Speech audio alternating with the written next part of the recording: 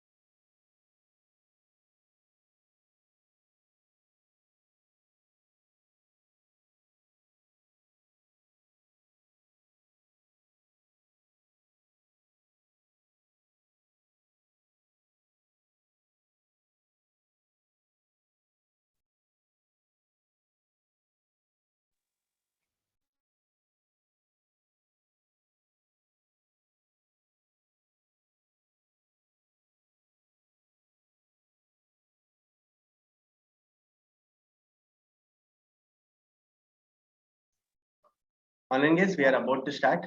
Give me a minute.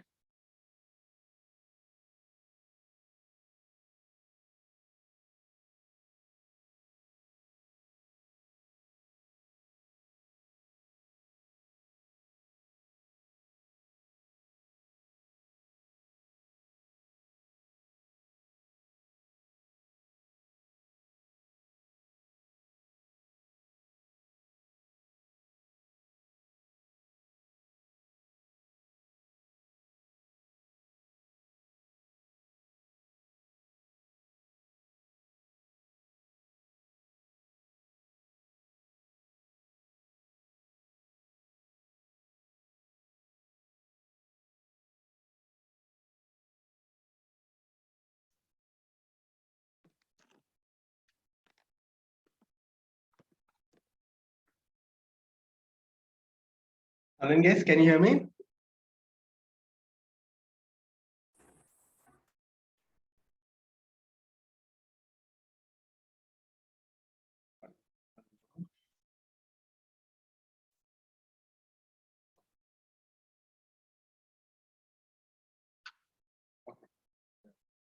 Fine.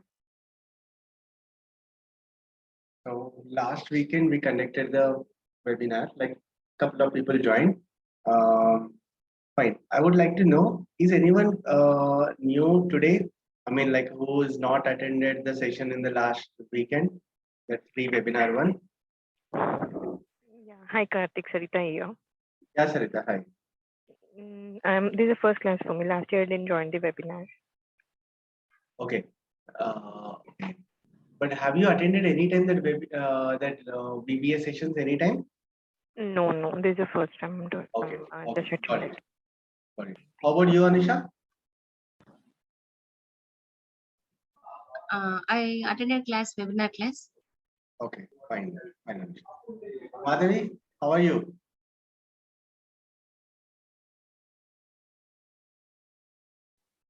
Hello? Yeah, Madhavi. Hope you are fine now. Good afternoon, Guruji.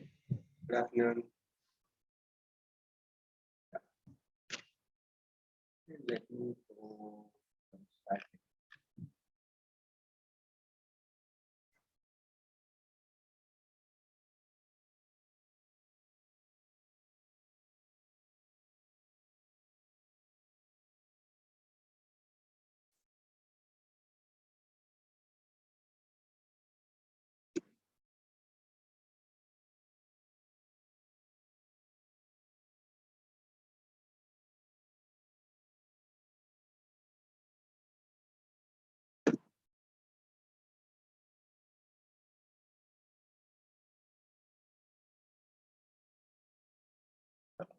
Fine.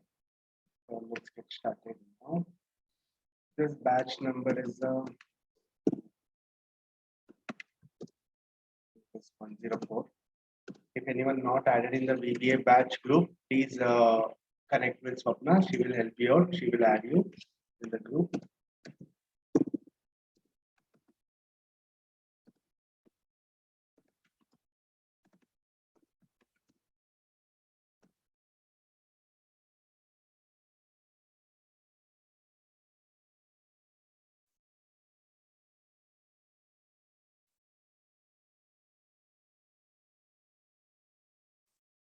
I'm about to share this screen.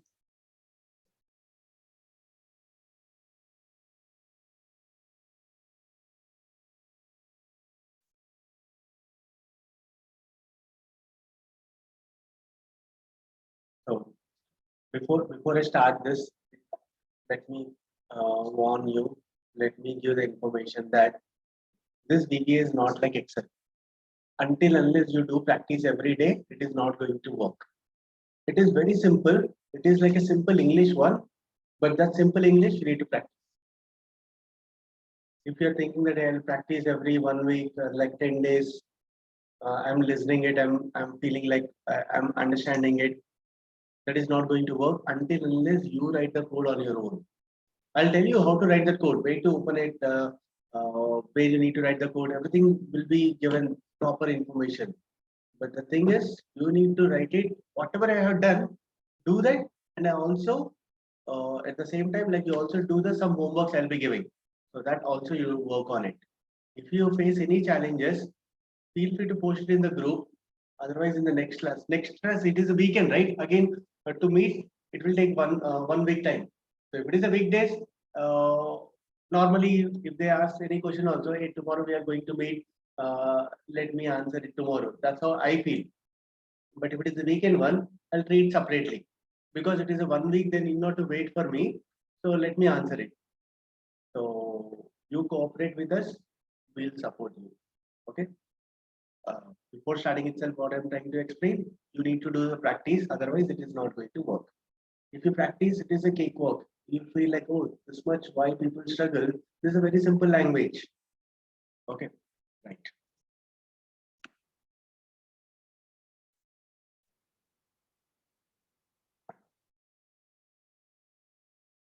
Or you know it, however, I'll show you.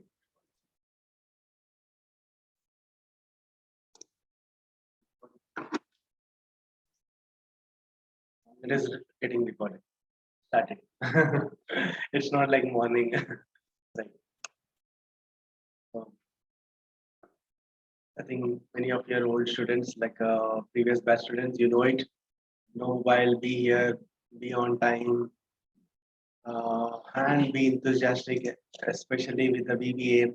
If you have, if you have that interest, by doing that automation, you'll feel that you'll get that wow factor. Oh wow!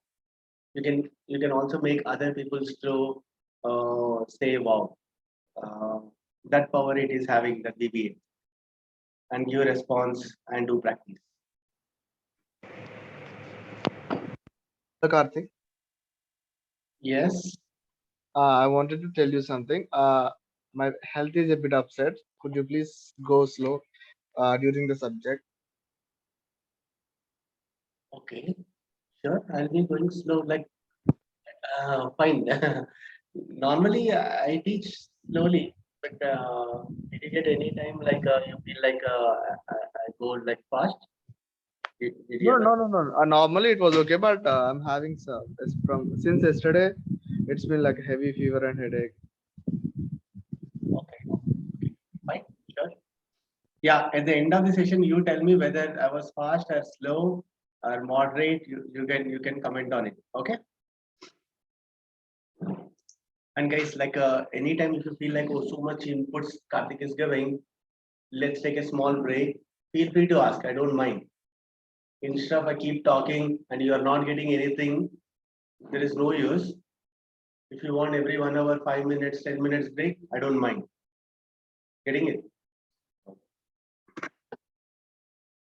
When I'm getting to subject, I'm worried about the breaks. Guruji, It happens sometimes. Guruji, every 1 hour, 10 minutes break, Guruji. Oh, sorry, mother, you're speaking here. I thought like you're speaking with your family members. Yeah, please unmute and speak.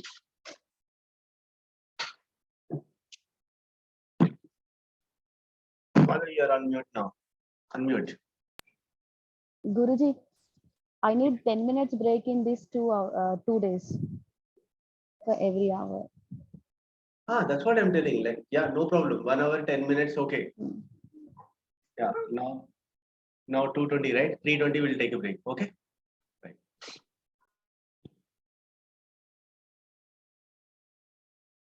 So people who were attended previous session are not that webinar one.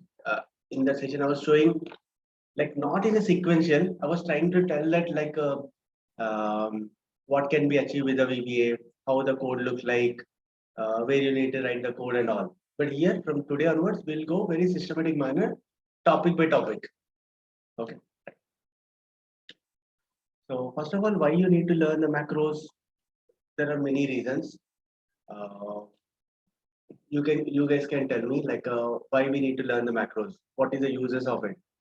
What do you think? Okay, Krishna. Oh, you got the Ola. Okay, yeah.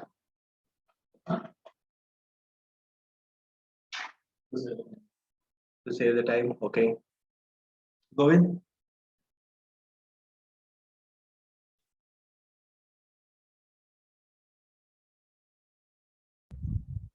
to consolidate the data. Editor.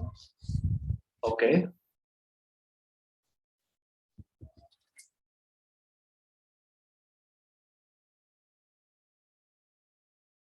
To auto update the dashboards.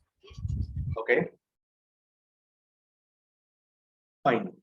Yes. To Best save your time, to automate your report, simple words, macros will be useful to automate your day-to-day tasks. Like if it is following some steps, that steps can be automated.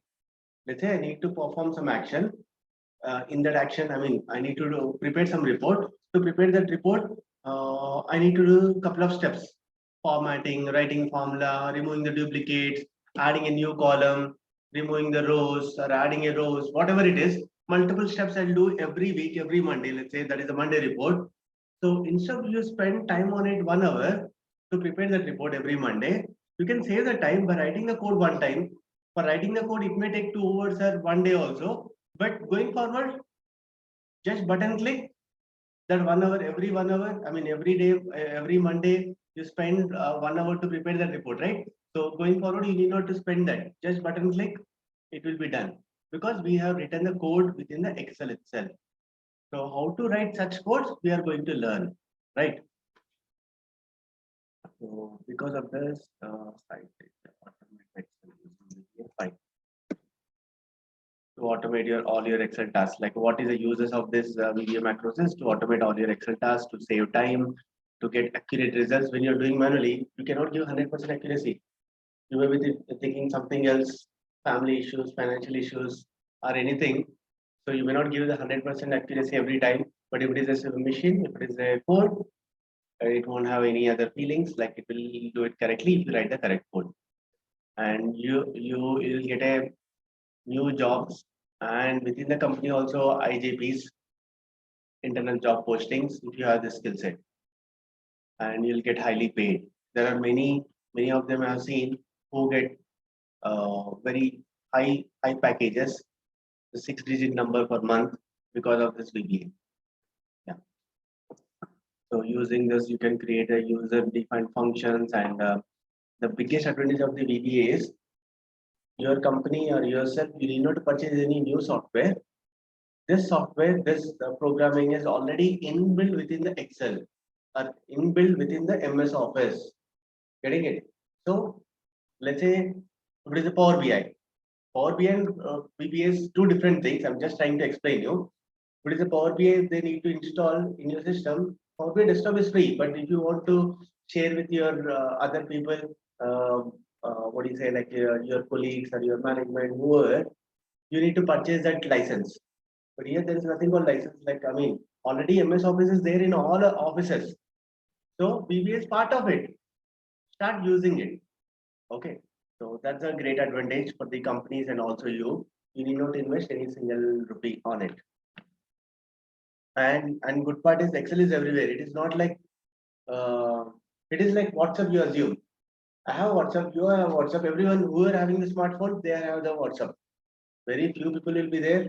Very those people who don't have a WhatsApp. So they are out of this earth. Right. So we are talking about the 99% of the people, right? Similarly, this MS Office will be, you will find it whether it is a small company or big company. You take a name, I'll tell you whether MS Office is there or not. Whether it's a Cognizant or Genpact or even competitor like Google. Microsoft competitor is Google, right? So for many products, so even Google also they uses Excel and also VBA in it. They have their own product called Google Sheets. Still, they use this MS Office, especially this Excel. Sorry, I forgot.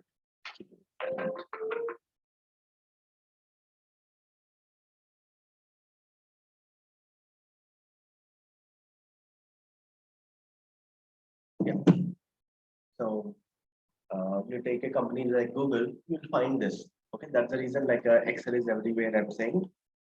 So if Excel is everywhere, like you can automate anywhere. And this Excel is used in 1.2 billion people, 140 different countries, and 107 different languages. So fine. First, I'll try to show you people who are not attended like previous session, like what can be done with the VBA. I'll show you one or two different examples. Then you can see this.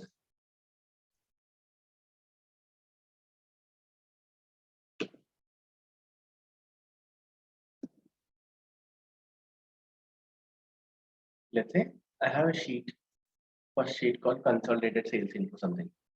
And here we have the only headers, but actually data is sitting, the raw data, sales rep wise data in different sheets. You see this? There's a city, date, product name, sales rep name, net sales of the Sammy, then Eric, then Robin Sharma, and so on. Robin Sharma related only one record. But whereas if it is a debit, all the debit related records are something 1504. So I want to consolidate all this different sheets data into one place. Every 1 week or 10 days, some students call us or some project requirements, and one of the requirement will be consolidation of this data. It might be healthcare data, it might be financial data or insurance data. The data won't sit in the one place, not in one sheet or not in the, I mean, it may be sitting in the different workbooks or different sheets. They want to consolidate. In this case, we have the data in the different sheets. We want to consolidate. We want to keep it in the one place. Getting it? So if that is the case, let's assume I'm not aware about the VBA. I'm a basic Excel user. What I do, I'll go to this. I need to consolidate all the data into one place. So what we do, we'll go to this sheet with already headers are there. I don't copy the header now, but I'll select this whole data, shift control, right navigation, shift control down arrow, take a copy of it, come back to this starting sheet, and keep my cursor in the A2 cell because header is at the A1. I'll keep my cursor here and I'll paste it. Correct. Then this debit data is copy pasted. Correct. Like all this debit data. So after that, I'll keep my cursor just below to it so that I'll go to this Dale Carnegie data and copy this whole data again. If you're good with the control shift, I mean that shortcut keys, well and good. Otherwise, if you're not good with it, earlier I used to do this way. And using the mouse, scroll down like this. It will take a long time. After scrolling, oh, it is went more down, like not this much, I'll go up. So this much problem, these many problems, right? So now I'm good with the shortcut, shift control right navigation key, shift control down arrow, take copy, come back here and paste it. So I have pasted this data and this data. Like this, there are 100 sales reps are there. 100 sheets I need to navigate, 100 times select, 100 times come back to starting sheet and paste it. So copy paste, copy paste. While you're doing this copy paste 100 times, there are high chances of doing the mistakes. One of the sheet you may copy it twice, or one of the sheet you may ignore it. You may forget it. Agree? So I don't want to do this kind of mistakes, and it is taking long time. 100 sheets, right? So to consolidate, it will take long time. So that much time I don't want to spend it. If that is the case, instead of I do that manual work, some macro code is already written. That code we are going to learn. You will be able to write on your own. As of now, I'm just trying to show the demo. So some macro code within this Excel is written. Once I click on this button, that macro will execute. Instead of I copy paste, this macro code will copy paste for us and give the required output. Okay, so let me click on this. And you see that consolidation of sheets task completed. Click OK. If you see this, it is not only pasted the debit data, it is you apply the filter, you can also see that other people, Ellison, Dale Carnegie, David, and everyone. Got it? And one more thing here, all the formatting is showing in the same white color, some color. If you see this debit data, actually it is some green, some yellow, some red color, different colors is using. But after consolidating with the code itself, you're making consistency to all my records. See, let's say Rachel is following the some pink color or violet color. I want to make it everything consistent. Like that's the reason I kept it some white color. But you may change it to some yellow or any other color. Getting it? So once I consolidate, I can do anything. Right? So this is the one of the example of what can be done with the VBA. Clear?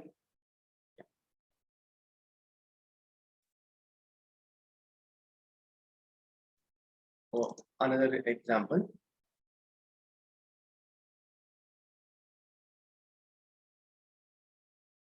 Here we have some data. This time I have the consolidated data that is called as sales data. If I click on split data by sales rep, it should split data. Earlier, all the different sheets consolidating into one place. This time we want to split by sales rep. So nothing but like we have the sales rep like David.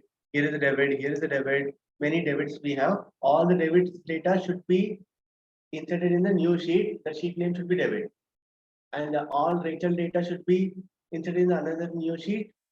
Within this workbook, the sheet name should be Rachel, and so on. Right. So once I click on this, some macro code already written, just like previous. So once I click it, like it is doing that work. Once it is done, it will tell the message. It will tell us that the task is completed or whatever. It's saying that task completed. You see that if I need to do it manually, it is taken less than 10 minutes. Sorry, less than 1 minute, correct? So if I need to do it manually, I need to insert the new sheet, like change that name to double click on it and rename and copy paste. So much work, not required. So this is what you can do with the VBA. Few examples only. You can do so many things. These are just few examples. Now let's start learning VBA now. Step by step we'll be learning. So I'll open a brand new Excel file.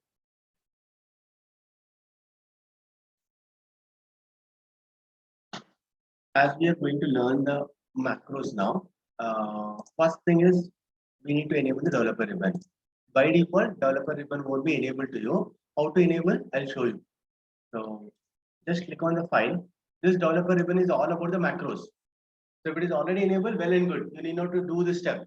But if it is you don't see the developer ribbon, then what you need to do, I'll tell you.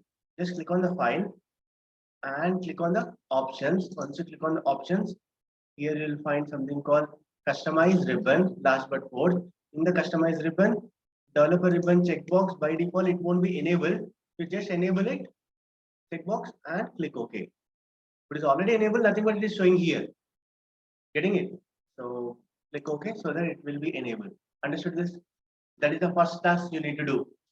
Open any Excel file and see that whether developer ribbon is enabled or not. If it is enabled, well and good. So once it is enabled in one workbook, you open any number of workbooks today, tomorrow, anytime, the developer will be open. Like you need not to do for every time. Right. So here is the developer ribbon. Developer ribbon is all about the developers, all about the writing the macros and modifying the macros, everything related to macros. Got it? So see. The steps in the learning part of the VBA is first learn about the recording macros. That's what I was trying to show in the previous session, that webinar one. So once again, I'll show you that steps, how to record a macro and how to modify the macro. Then we'll see more advanced than that. Okay. Within the record macro, many advanced techniques also I'll be teaching you. Okay. The first step is recording a macro. Recording a macro means what? Like if you want to automate something, you don't know how to write the code. That's what I'm assuming. You don't know about it, but there is something called record macro that will help you. It's like recording a song. Like you record your song, like you'll sing it one time. Going forward, n number of times you can play it. Right. Similarly, recording macro means it will record your actions. Which actions? What are the actions you do outside of the system? No. Hardware actions? No. Only the software actions, nothing but whatever you do it in the Excel, only those actions will be recorded. For example, if you once you click on the record macro, if you select this cell, that will get recorded. Nothing but it will remember. It will remember the step. I need to select this. I need to write this value. I need to select. I need to insert the new sheet. All this it will remember. That's what the steps all about. So fine. Let me click on the record macro. What Microsoft saying is on hover of the record macro, it's saying that the record macro is each of the commands you perform will be saved into the macro so that you can play them back again. That's what it's saying. Is that clear? Right. So this time. Guruji, please zoom the sheet now. I'm unable to see. Unable to see? Yeah, it is. I'm in the sheet one. Probably Yeah, you're please zoom now. Oh, okay. Okay, you're saying there is nothing here, Madhavi. No. Right now, there is nothing. Yeah. So here is the developer ribbon. Now I'm going to record a macro, but before recording a macro, you need to know that what do you want. Some tasks we want to automate, right? So let's say we want to write some employee name, just like previous one, like I'll show the same thing once again. Like I want to write some employee names in the column D, let's say some 4-5 employee names, we want to write it. So if that is the case, what do? You click on the record macro. Normally, what do? Directly you'll go there in the column D or column E, wherever you want, you'll write it. But if someone deleted or you deleted, if you want to get the same names, again you need to type. No, I don't want to do it again and again. This is a daily task. So let me automate it. But I don't know how to write the code. Okay, here is my friend called record macro. It can help me to automate that. Is that clear? So let me click on this record macro. Once I click on record macro, it is asking like what is the macro name. That macro name by default it will use the macro 1 or macro 2 or macro 3. But instead of that, you give the meaningful name. Meaningful name like this is a we are going to write the employee names. Employee names is something. Employee names list. Observe this, I'm not giving the space. If you give the space like this, click OK, it will throw the error. You do that mistake and learn it. The syntax is not the syntax of this name is not correct. Starts with verify that the name is starts with a letter or a underscore. Nothing but this name should start with the alphabet letter, any alphabet, or it should start with underscore. Does not include a space or character is not allowed. Special characters are not allowed. That's what it's saying. Does not conflict with an existing name. So this is what something it's saying. Like in simple words, special characters are not allowed except the underscore. Underscore is valid. Let me give this underscore. Is that clear? So Yes, Karthik. yeah.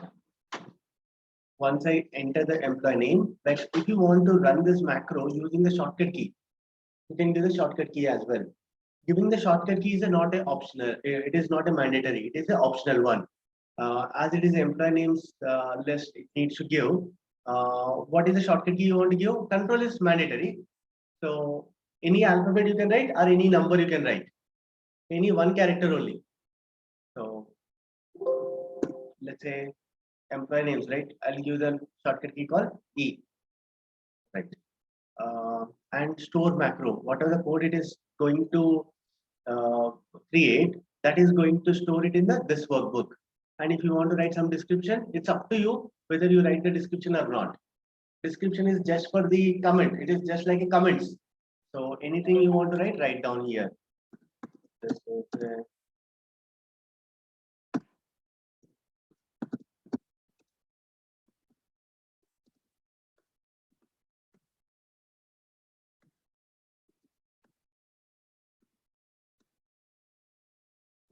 whatever you want, you write down here. Whether you write it or not, doesn't matter. Remember, some 2 lines will written. Click OK. Once I click OK, recording is started. That's the reason it's showing that stop recording. Correct? It is in the recording mode now. So whatever you do it now, you should be careful. Everything will be get recorded. So even if you scroll up, scroll down, also will be recorded. So what we want to write some values in the D1 onwards. So let me write down. I'm writing here employee name something I written enter.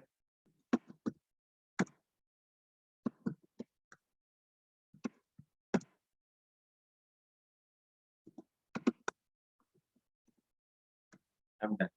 Some names are written. I stop the recording. Once I'm done with it, stop the recording. So at the time of recording, what exactly we're done? My cursor was somewhere here. It can be A1, A2, anywhere.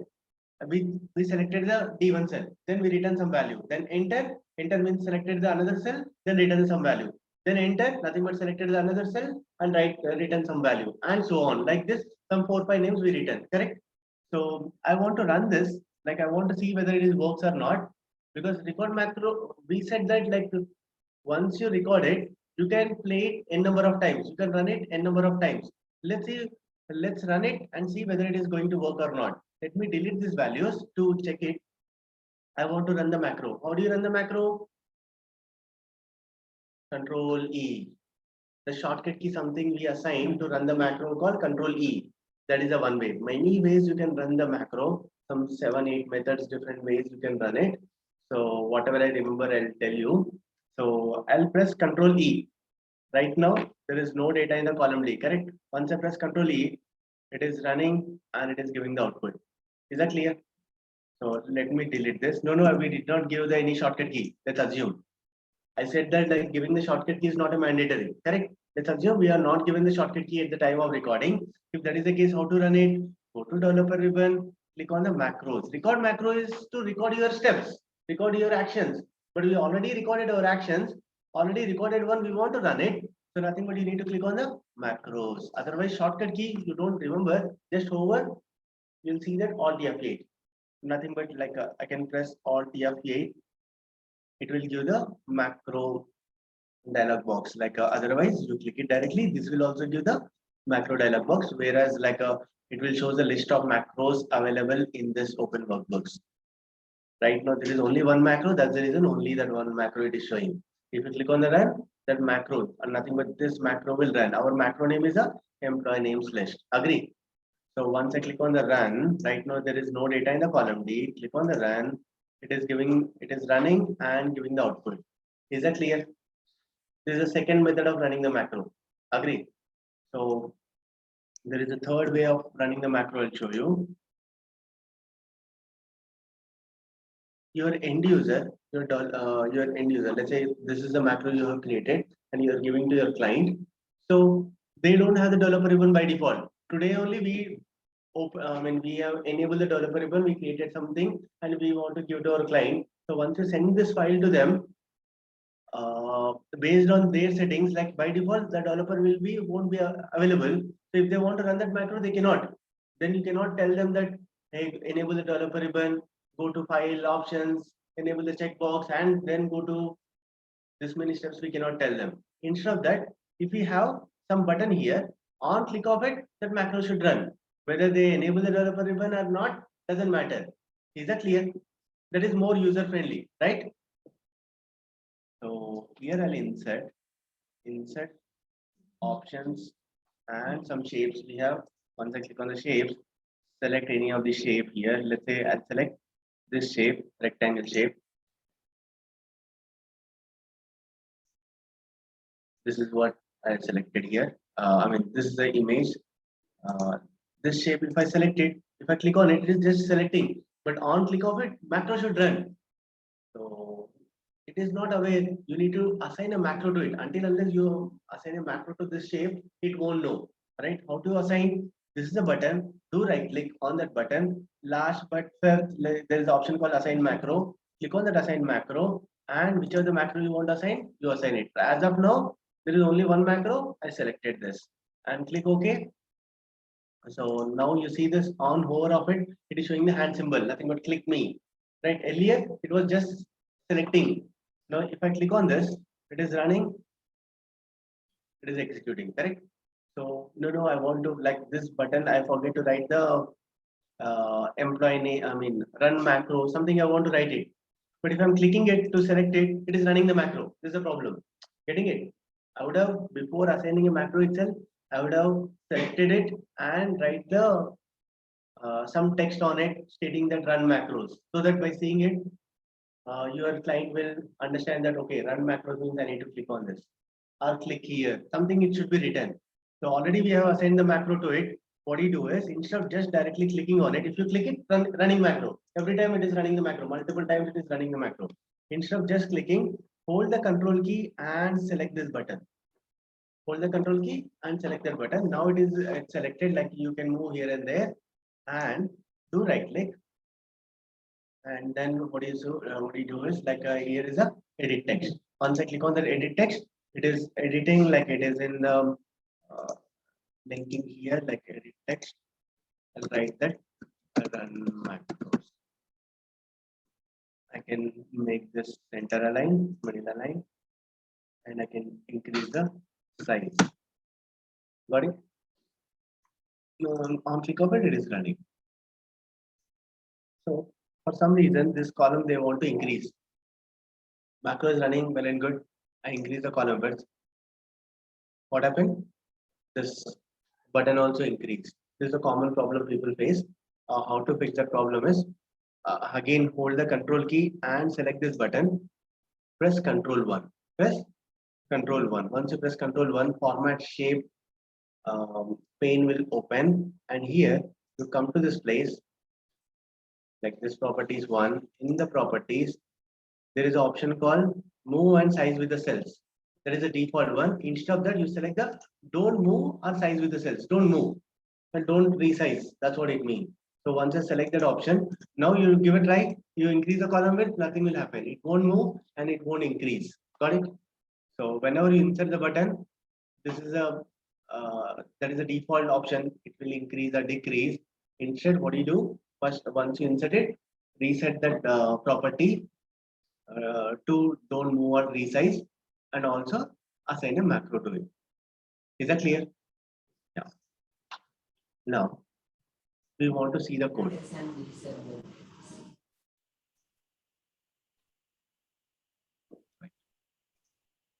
So right now some 5 employees we have, but there are 3 more new employees newly added.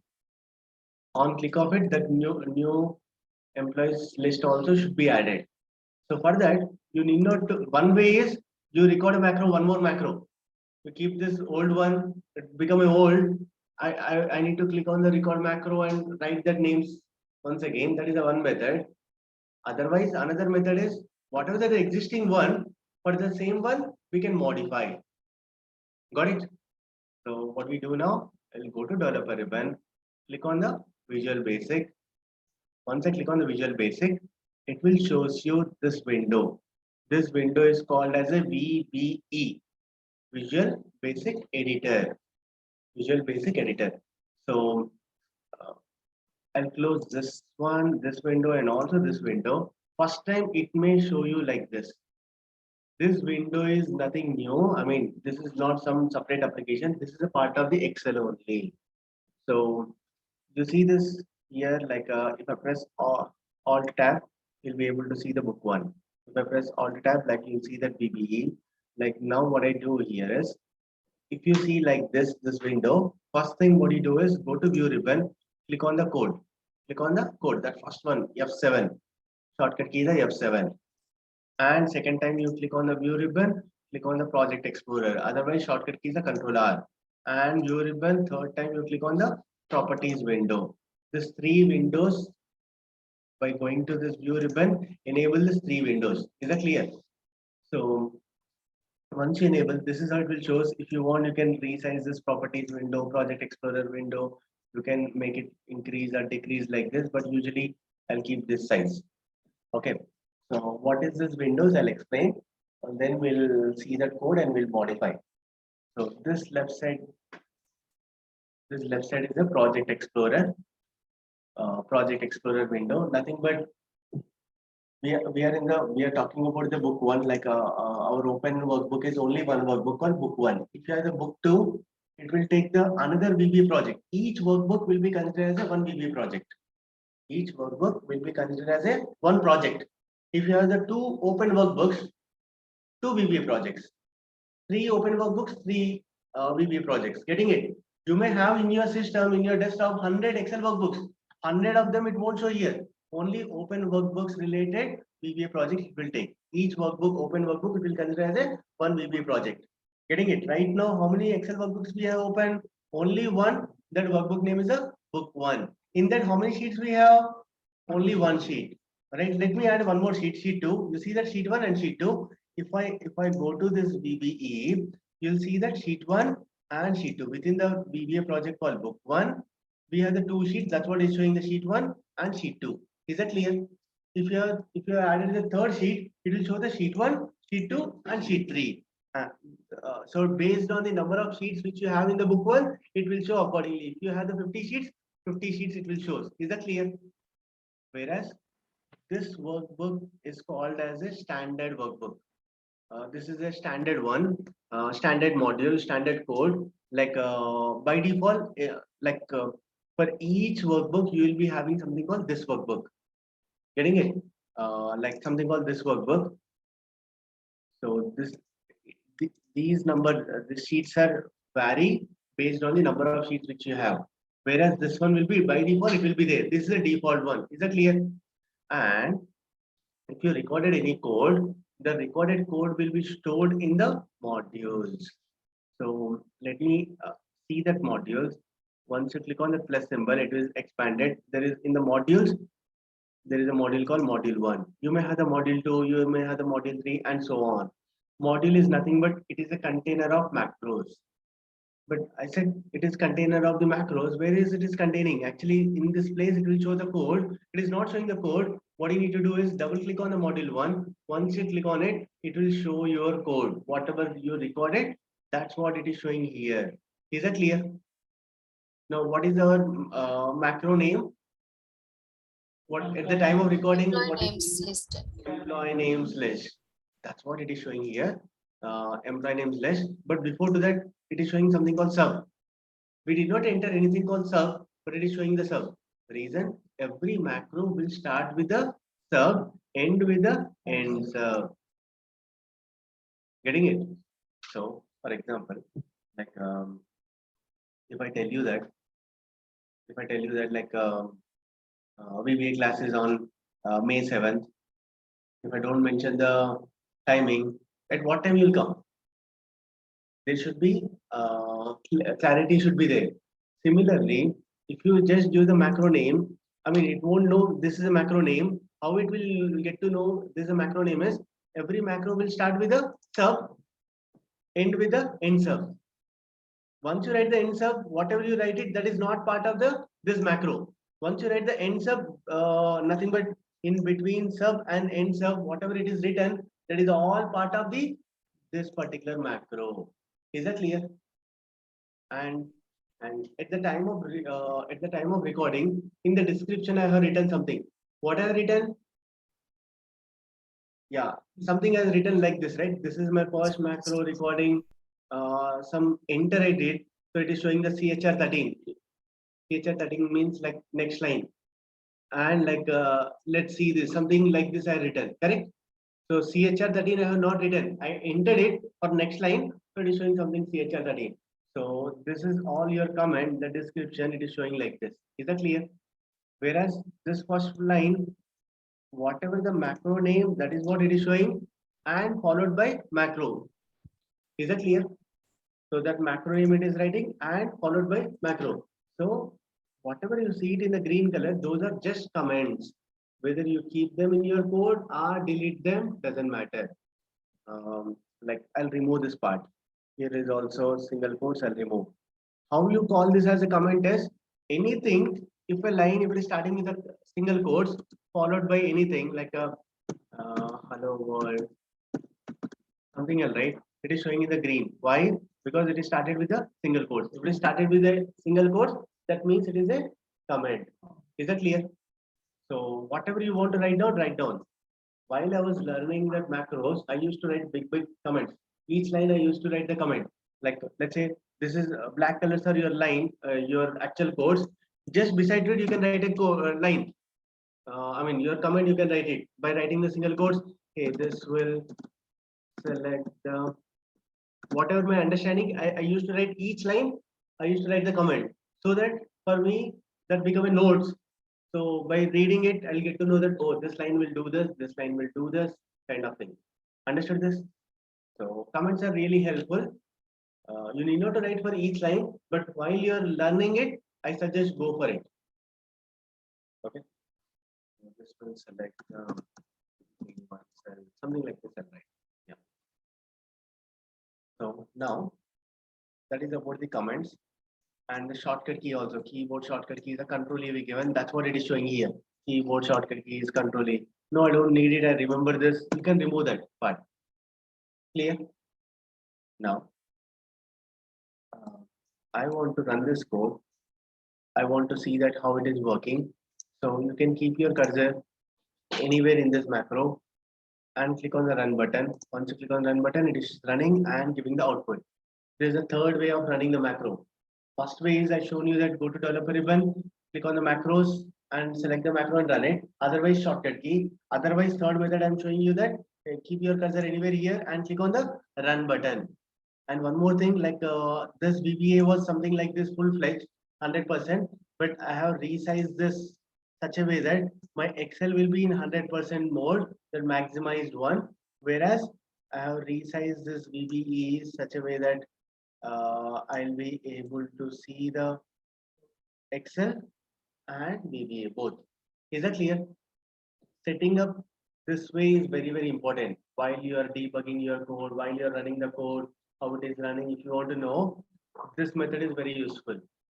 No, I have the two laptops, two systems, two monitors. If you have one, you keep that Excel, another one, you keep the VBA code. Normally in offices, you will be having the two systems, two monitors are common.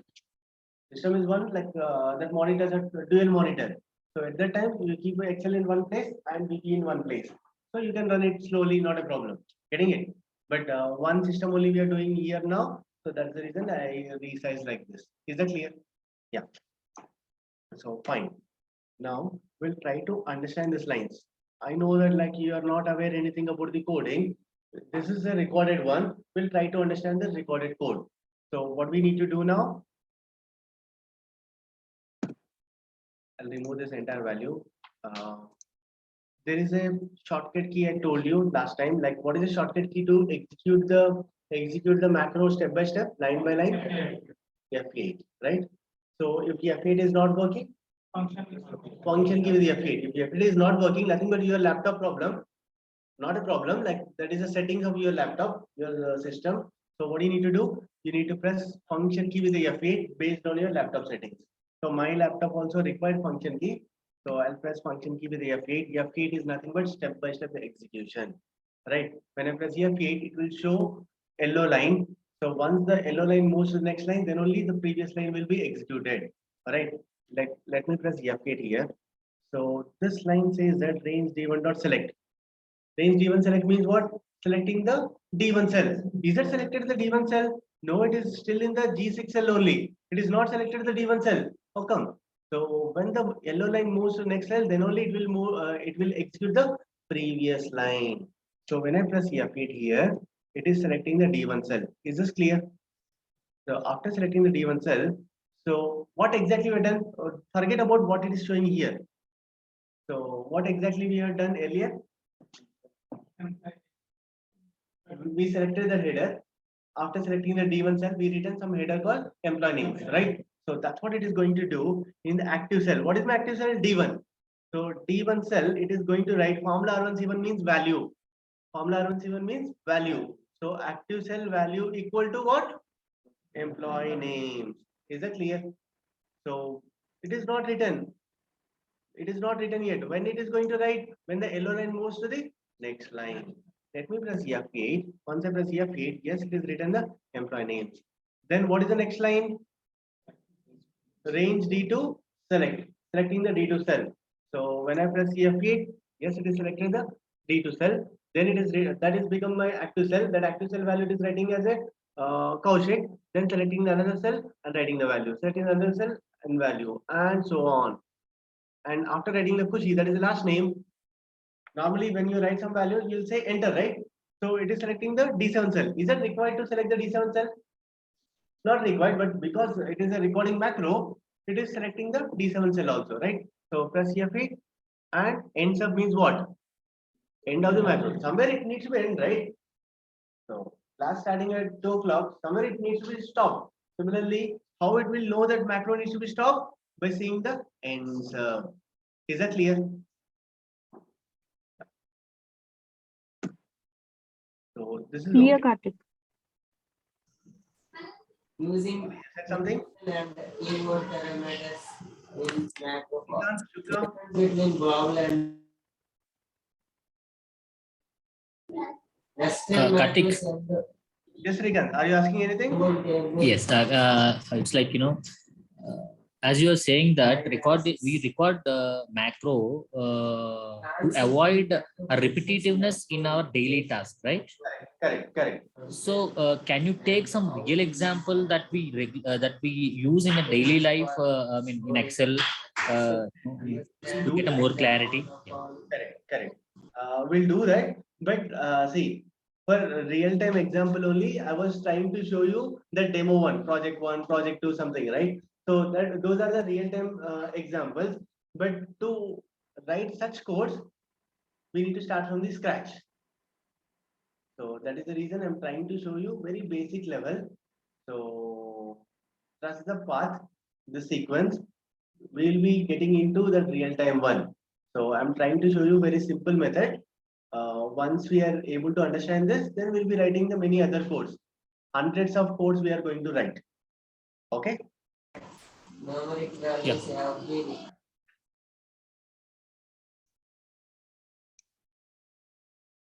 Fine. Like this is what it is showing. Like this needs to be reduced the number of lines. This is having the to write the some 6 names, some 13 lines or something it is showing. But instead of that, I want to reduce the lines of code.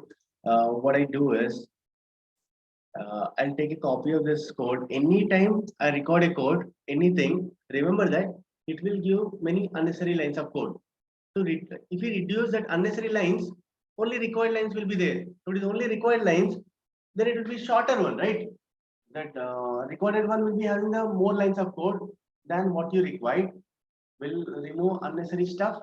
Will keep only what is really required, so that that number of lines will be less. Getting it? So let me take a copy of this entire code. I'll paste it here.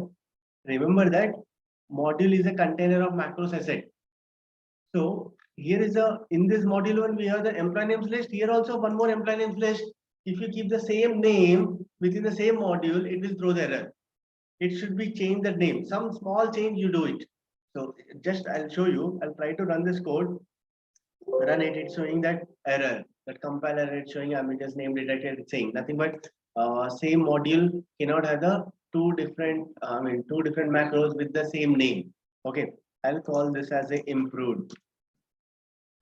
We are going to improve this macro code. That's the reason I'm writing this. And I'll remove all these comments. What are the comments are there? I'll remove it. I don't need it.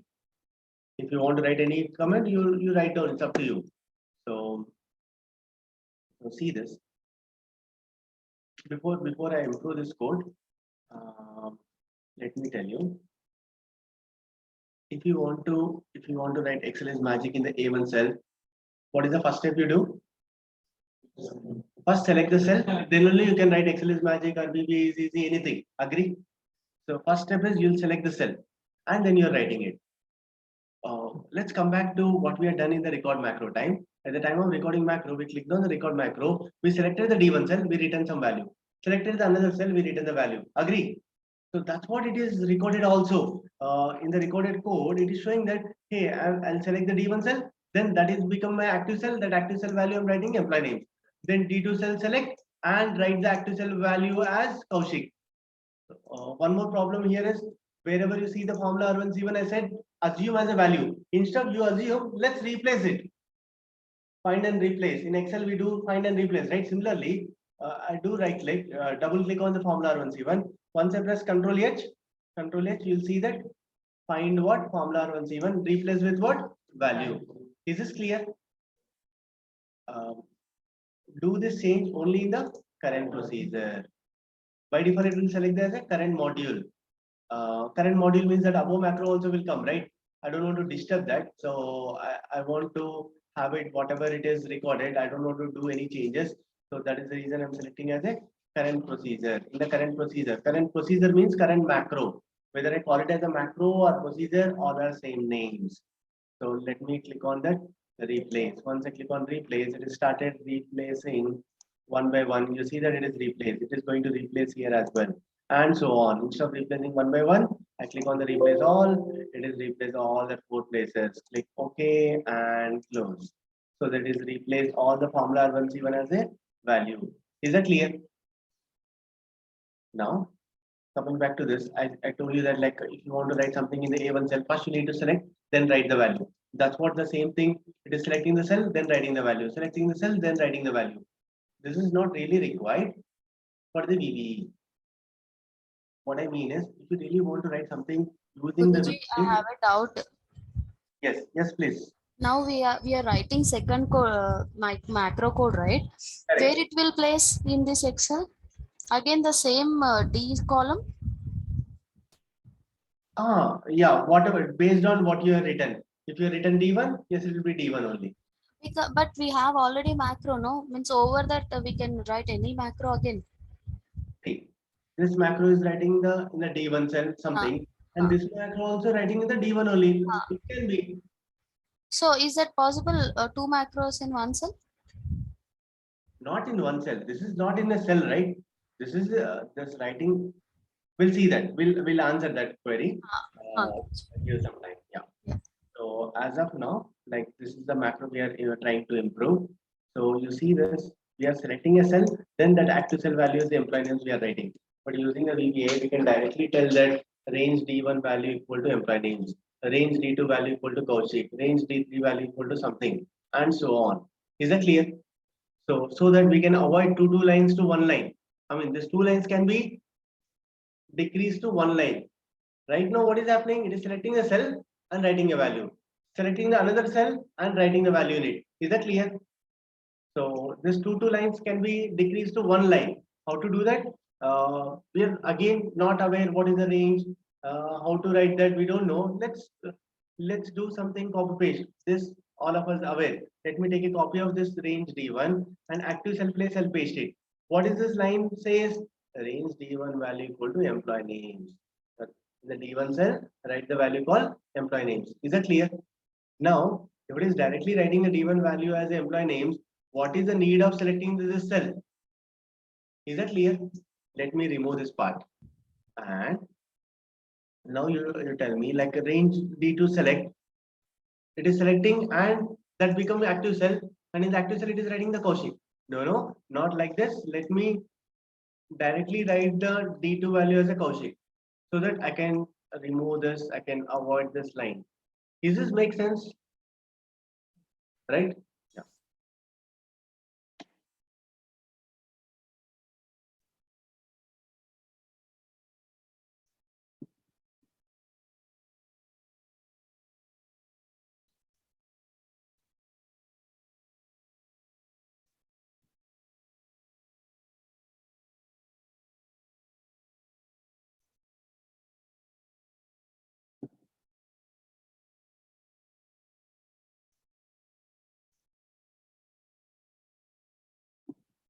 So do I need to select the D7 cell? Lastly, not required, right? So otherwise, we thought of adding a three more new names. So can I write like this instead of selecting? Shall I write the like this? I'll take a copy of this. In the D8, I want to write some other name.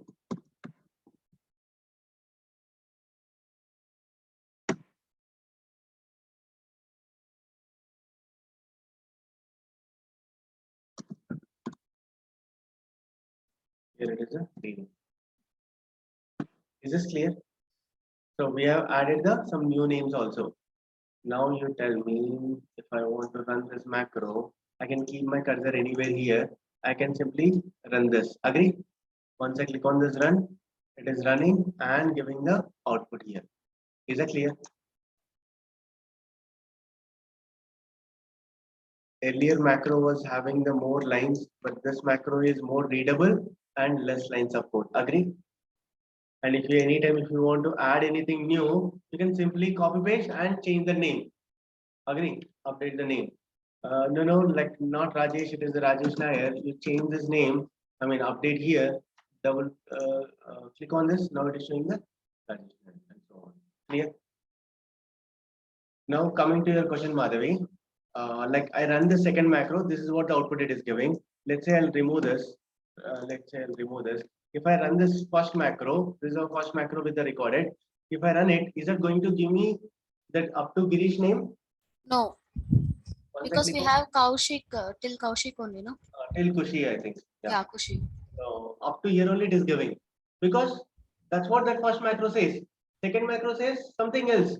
Mhm. So in the second macro, you need not to have the same header. Let's say you may have product list header name. You may have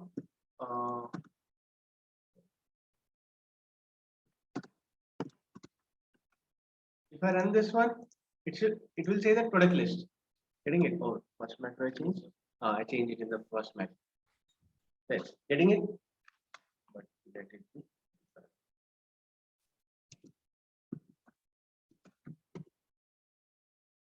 So Madhavi, is that your query answered? Yeah, Guruji. First.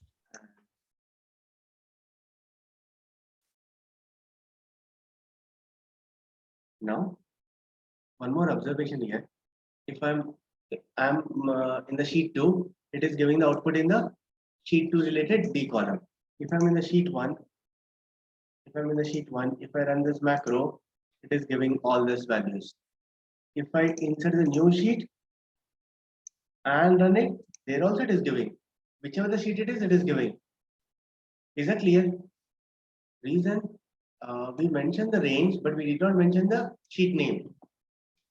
Let's say, simple example, let's say we are here and this fan is not turned on.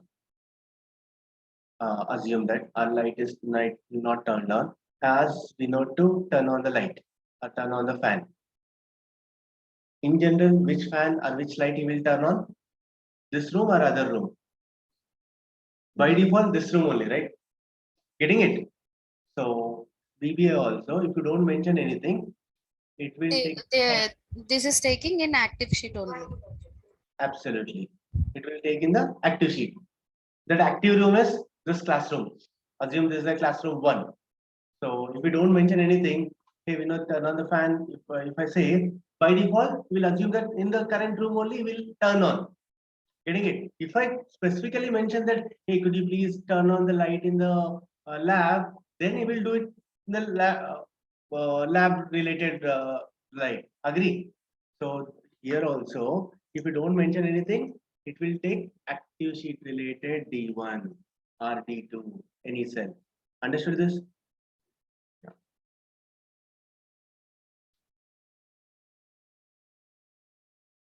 Support to 320. How come? Fine, fine.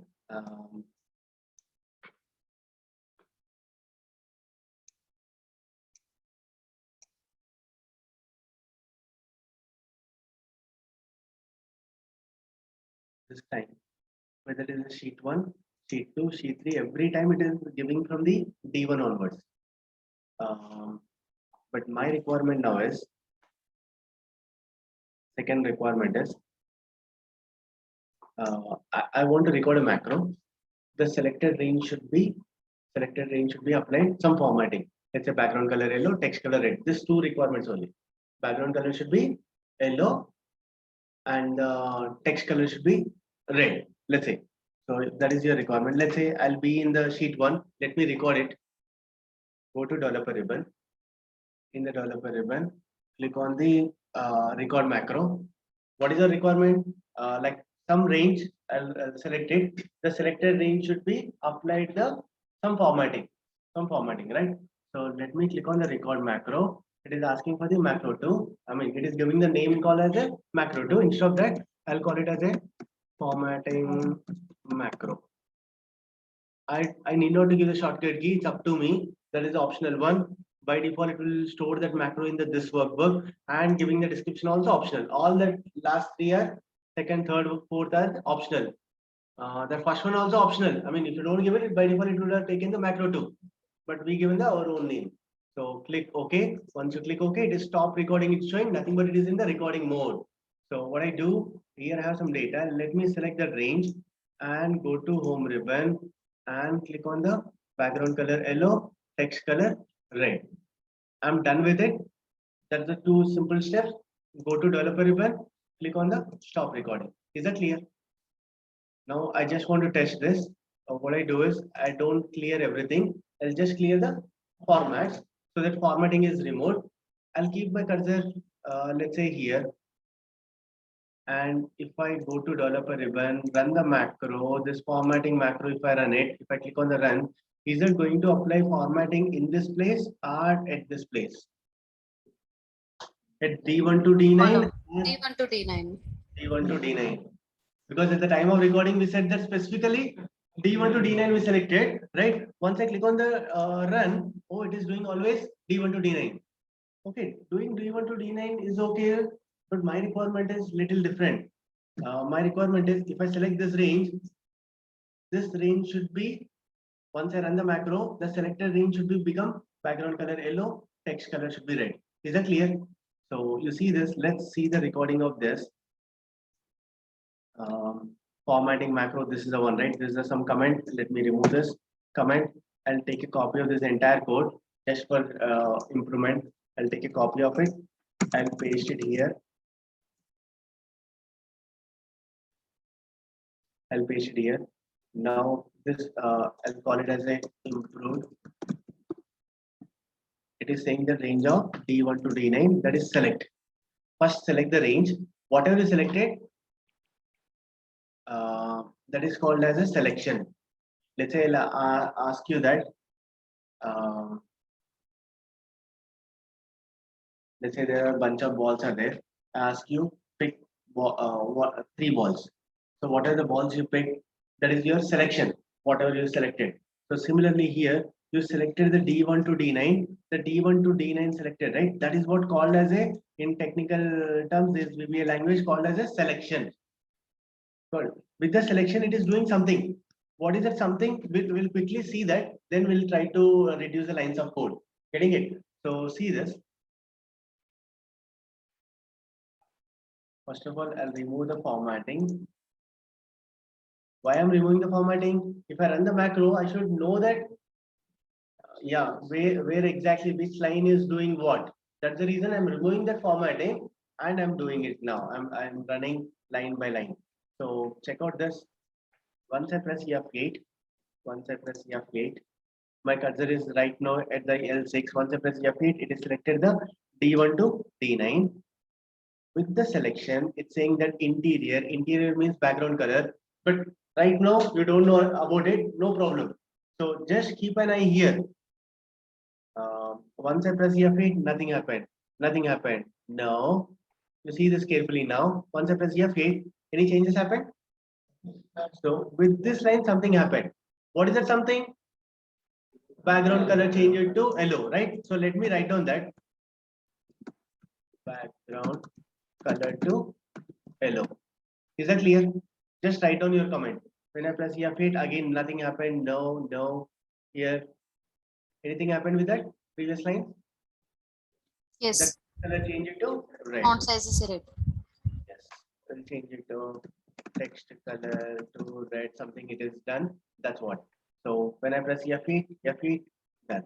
So nothing but only this line and this line is important to me. And whereas selecting the D1 to D9 also. Is that clear? Other than that, there are many unnecessary lines. Those unnecessary lines I'll simply remove. I'll remove this part.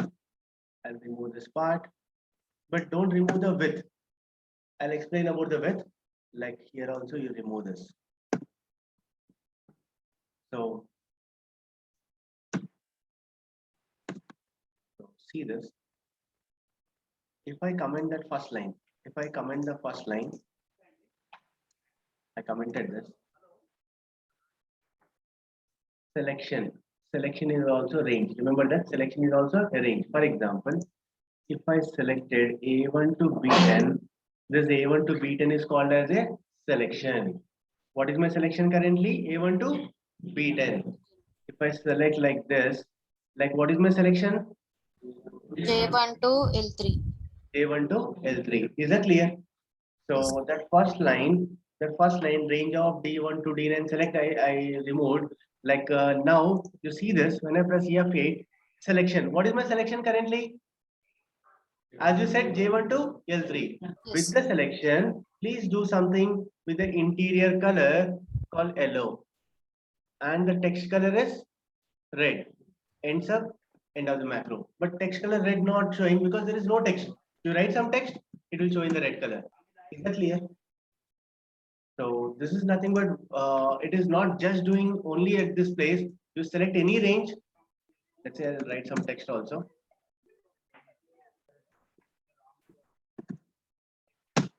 I selected some text here.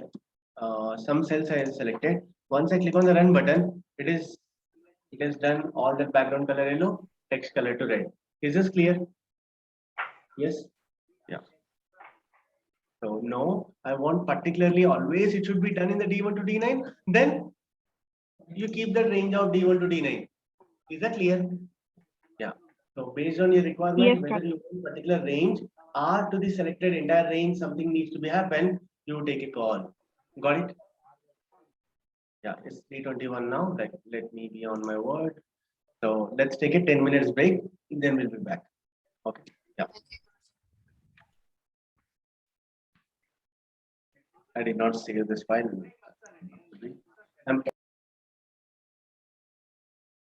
Guys, we are back.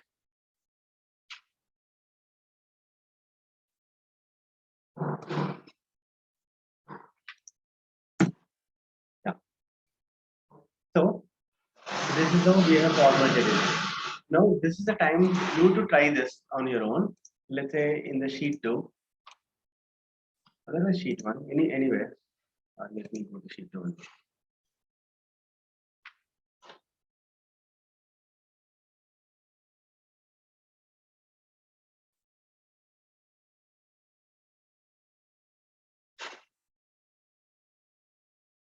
This is my data. What I want you to try is, I want you to copy this and paste it in the, let's say M1 cell. Copy paste. Normally, you know how to do the copy paste. Like, you know this, like you'll copy like this and you'll paste it like this, correct? This is what you'll do. Instead of copy, just paste. I want to paste values. Paste as a values. In general, how do you do this? You'll take a copy of it, go to the cell, do right click, paste special, values, click OK. This is what I want you to try it with the recording macro. Is that clear? Record the macro, select that range, copy it, and go to that cell, paste special values, stop the recording, go to the code, and see that how many lines it is. Execute line by line by pressing F8. My laptop requires the function key with F8. So keep pressing F8. You'll get to know which line is doing what. So if it is having the more lines of code, if any unnecessary lines of code, you remove it. If it is not an unnecessary line, keep it. Is that clear requirement? So can you do that daily? We do this copy paste a lot, right? This time what we are trying to do, we are trying to automate this. Someone was asking, right? Let's Srikanth. Yes, Karthik. Yeah, Srikanth, is that make something daily routine task kind of thing? Is that make sense now? Yes, Karthik. Okay, fine. So anyone of you come here and try this. Understood, right? Just record a macro. See that if we can improve that code, well and good. Karthik, your voice is breaking. Is anybody else facing the same thing? Or is it only at my end? Can please somebody confirm? Guys, Clear. this is clear. Okay. It's clear. It's clear for us. Yeah. So Swati, problem is from your end. Right. Okay, thank you. So, you know, like our Wi-Fi name also shows 5G. Right. Give it a try now. Let's see.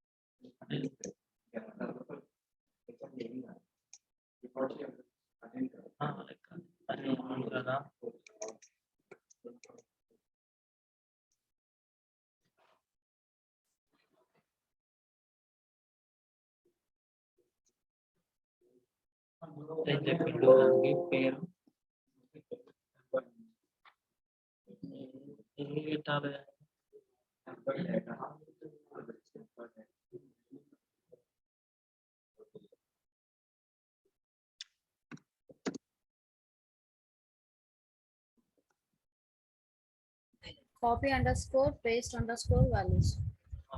संदर्भ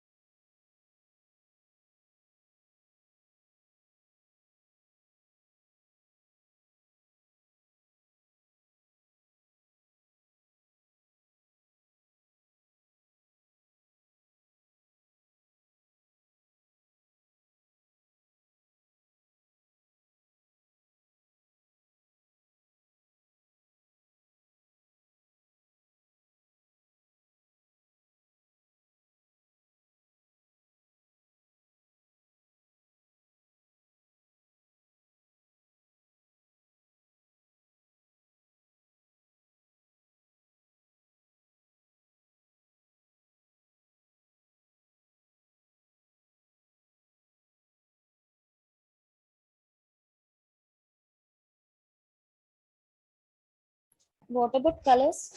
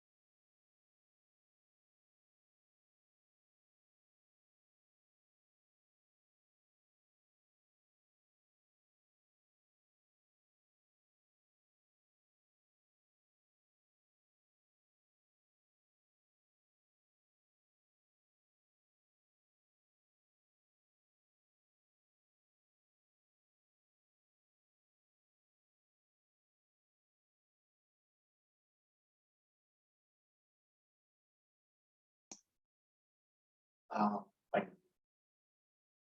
Just comment that first line. What will happen? It will selection not copy. Nothing but whatever you selected, that will be your selection. I was showing you, right? A1 to B10 if you select, that is called as a selection effect. I was also showing that J1 to K3 something. So that you people only said that selection we can call it, correct? So if I comment this first line of code, what will happen?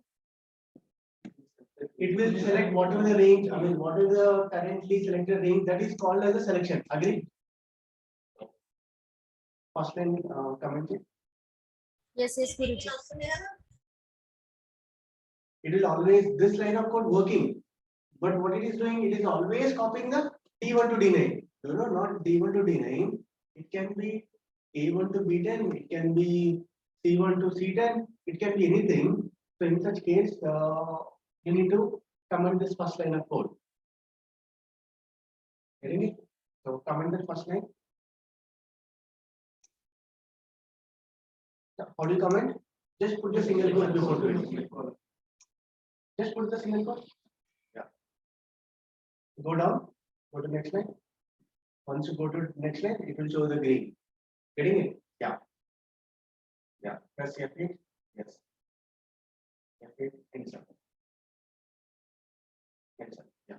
So it is copying from the selected range. Actually, it is selected already D1 to D9, right? As your window is not good, like you should put little down so that you'll be able to see that ranges. No. If you this place is empty only, right? Like I can decrease the size here, not a problem. This much only code we are writing. I can move a little bit here down. See this? Let's say you write something, some text you write here. Fine. Drag down, control D. So let's say I'll select this range. Now I run this code. Once I run this code, that if I press, keep pressing F8. What is the selected range? No, not A1. A2 to A5. Once you press F8, slowly. Selection dot copy. What it selected? A2 to A5. Getting it? That line saying that selection dot copy. What is the selected? A2 to A5. That's what it is copying. Is that clear? Then what it will do next line? Range of M1 dot select. It will go. It will select that M1 cell. Press F8. It will select the M1. Now if you press F8, it is pasting the values, paste special values. So press F8. Function key F8.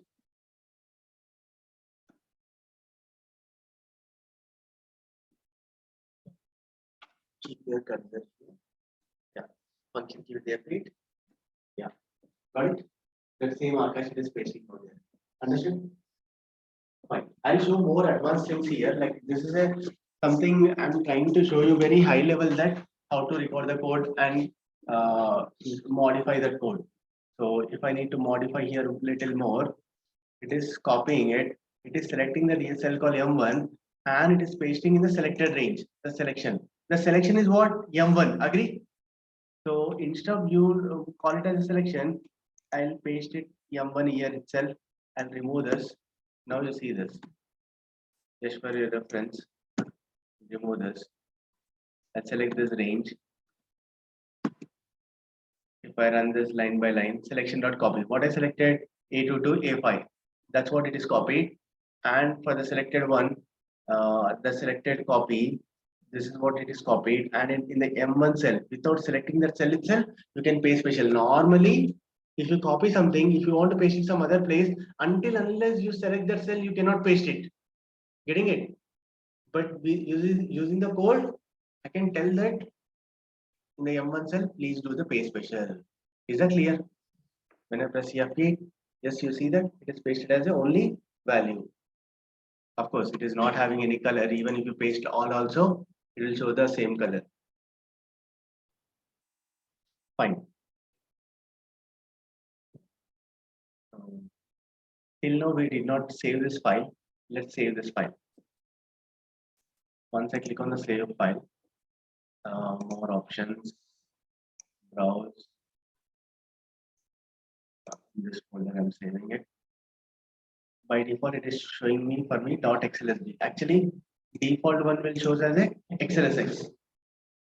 xlsx cannot save the macros. Remember, default one by default it is xlsx. For me, why it is showing the xlsb is I have done some changes. The settings have changed. That's the reason it's showing default as a xlsb. Instead of xlsx, I said that like, hey, please save default as a xlsb. But by default, it will save as a xlsx. xlsx cannot contain the macros. If you are trying to save this one, it is saying that the following features cannot be saved. What following features cannot be saved? VB project. In the macro free workbook, you cannot save the VB project. Name itself is a macro free workbook. Nothing but Excel workbook is a macro free workbook. Macro free means it cannot contain the macros. So in that, how can you save the VBA project? No. So it's saying that, hey, to save a file with these features means VB project features. Click on the no. What needs to be done? It is clearly telling you, just that you need to read it. Click on the no and then choose a macro enabled file type. I click on the no. If I click on the yes, it will remove the macros and it will save XLSX without any macros. Still now, whatever we recorded, everything will gone. So no, I want to keep them. So click on the no. Once you click on the no, and let's say I'll select as a XLSM. XLSM means macro enabled one. Instead of the book one, I'll call it as a macros batch 104. Some name like this. Click on the save. Done. Now currently it is showing the name called batch 104 VBAMacros. Clear? And if I go to developer in Visual Basic, here also you'll see that batch 104 VBAMacros. Got it? Right. So till now we are seeing that recording of macro. In the recording of macro, there are two types. The one type one, what we are seeing is absolute reference. Till now, some recording macros we are seeing, right? That is absolute reference. What I mean by absolute reference is, for example, if you click on the record macro, if you select the Q1 cell and if you write Excel is magic, you stop the recording. If you run the same macro again, wherever your cursor is, once you run the same macro, what it will do? It will select the Q1 cell and it will write the Excel is magic. Agree? So that's what the absolute reference. Absolute reference means absolutely at the time of recording, whatever you have done, same places, same cells it will do. That is what the absolute reference will do. Whereas there is another method called relative reference. What is this relative references? Let me show you here. In the sheet 3 I'll do.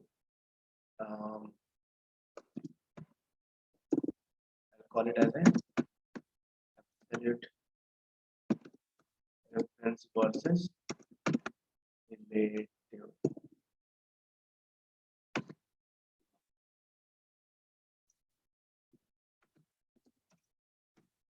Absolute versus relative reference. So here you see.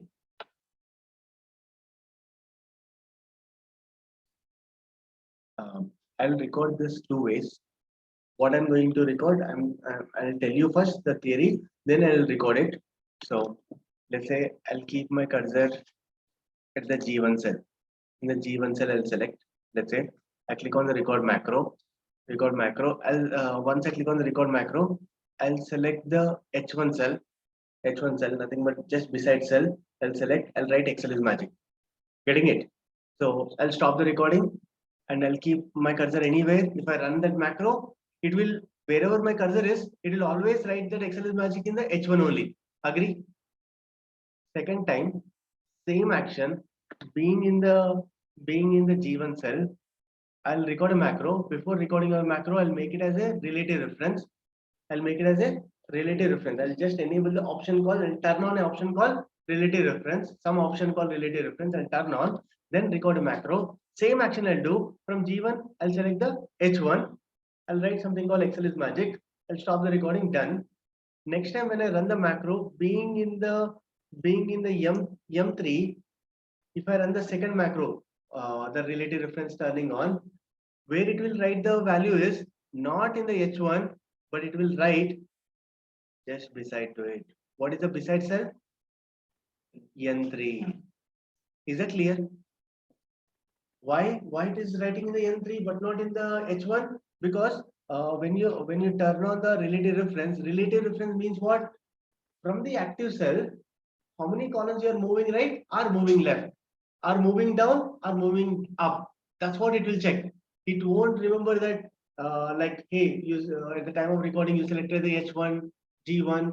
No, it will remember that from active cell, are you going to right columns or left columns? You are going up arrows, up rows or down rows from the active cell. Everything is related to active cell. Is that clear? So let's record the both the ways. Okay. Like, let me keep my cursor in the G1 cell just for your reference. Go to developer ribbon. Click on the record macro. Once I click on the record macro, here I'll call it as a absolute reference example 1. And I'm not giving any shortcut keys and all. I'll click OK. So what I do, I'll just select the beside cell and I'll be writing XLS magic, enter. I'll stop the recording. Just to test it, I'll keep my cursor in the G1. I'll run that macro, absolute reference, run it. Being in the G1, I'm running. It is writing the H1 value as the XLS magic and selecting the H2. That's okay. Let's say once again I'll run the same macro. Being in the somewhere, let's say M5. If I click on this macros and absolute reference and click on the run, where it is going to write the value? Same in the H1 only, it will write the XLS magic and just selecting the H2 cell. Is that clear? So fine. Let's record the second time by making relative reference enable. When you enable the relative reference, what it means, from active cell, it won't remember, hey, from G1 select the H1. No, it will remember that from active cells, how many rows going down or how many rows going up, or how, are you going left, or are you going right, how many columns, how many, if it is the left side, minus, if it is right side, plus, something like that. So click on the relative reference enable. That's the reason enable mode it is showing, correct? That relative reference enable it. And now click on the record macro. I'll call it as a relative reference example 1. I click OK. From here, I'll select the H1. Even I selected H1, it won't remember as H1. Hey, from here, from the active cell, he moved one column right each side. That's how it will remember the code. Is that clear? So then I'll write something called XLS magic, enter. I'm done. Stop recording. Is that clear? Let's run it once again. Then, like, we'll test this. Being in the G1. Being in the G1. While you're running, you need not to enable this. Whether you enable, disable doesn't matter because it's already recorded, is done. Is that clear? So click on this macros and where is that? Here is the related reference. And if I click on the run, it is giving the same as the absolute reference. There is no change as C. Yes or no, guys? Let's say I'll keep my cursor at the K5 cell. K5 cell my cursor is. If I run the same macro once again, same macro means this relative reference 1, which place it is going to write the XLS magic? Where it is? Online, guys? Swati, Sarita, Anusha, Satish, Rohini. Active cell sheet. Karthik, Yeah. Yes. yeah, Yes, Srikanth.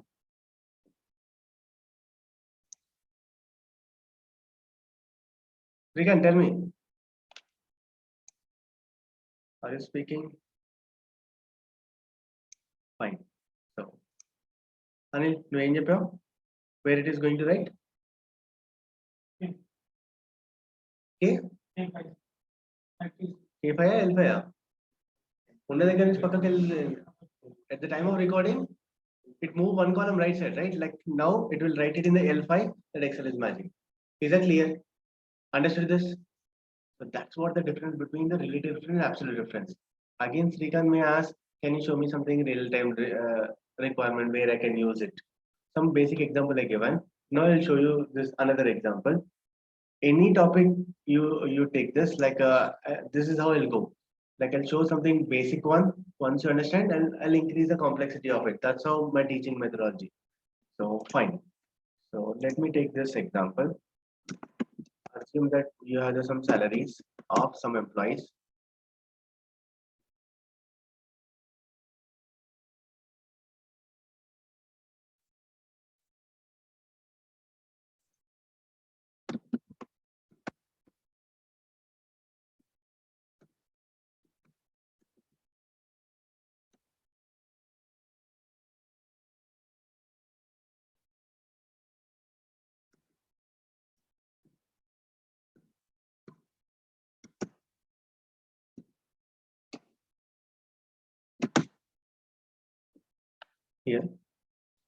Here. Understand the query clearly. Like right now, we have some 8 employees and their respective salaries. I want to calculate their bonus. Bonus is 10%. Let's assume bonus is 10%. So using the record macro, you need to calculate their bonus percentage. So in general, what do you do? Like, hey, you want to calculate that bonus, right? Like you click on the record macro. Let's say by default, first I'll record with the absolute reference. So you click on this, once you click on the record macro, you select the P1 cell and you write the header name called bonus, enter, you write this equal to, refer to this cell into 10%, enter, and go to that above cell and don't drag it down, instead double click on it so that it will autofill. No, don't do that way. Like if you drag it down, like if you autofill also, it will record macro will record up to 9 cells only. In future, it may be 90 cells. In future, it may be 900 cells. So for that reason, what I do is after writing that formula, I'll go to this beside cell. After writing this formula, all this with the recording macro. So I'll go to left side cell, control down arrow. Control down arrow will take you to the last salary. Then right navigation key, right arrow. Then from here to here, we need to drag the formula. I mean, already that formula is there. This above formula needs to drag it up to here. Agree? So how do you select from here to here? Control Shift up arrow. Control Shift up arrow, right? Control Shift up arrow, and how to drag it down? Control D. Control D. Control D for drag it down. Is that clear? So all the steps I have done without recording. What do? You record a macro and do the steps. Getting it? So record this macro and see that output. Later, my salaries, my employee name salaries, it may not be always here. It may be somewhere here. I want the salaries where? If there is no data here, do you want the bonus here? No, right? If the employee name salaries are here, then you want the bonus here, right? The bonus 10% calculation should be just beside to it. So now you tell me, if this is your requirement, which recording you'll take? Is it absolute reference or relative reference? What is it? Absolute means absolutely always it is data. You're assuming that always data will be here. Then you can calculate the bonus here.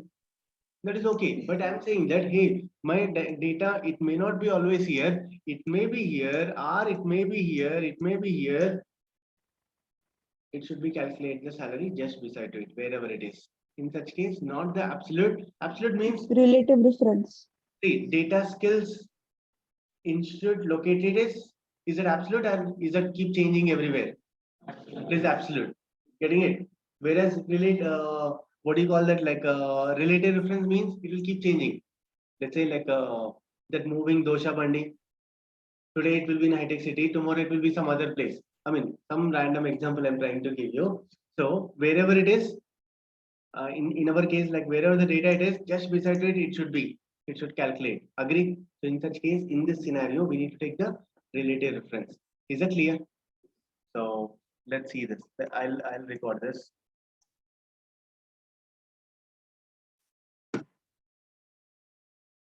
If it is a absolute recording, where is your cursor doesn't matter. Remember this important one.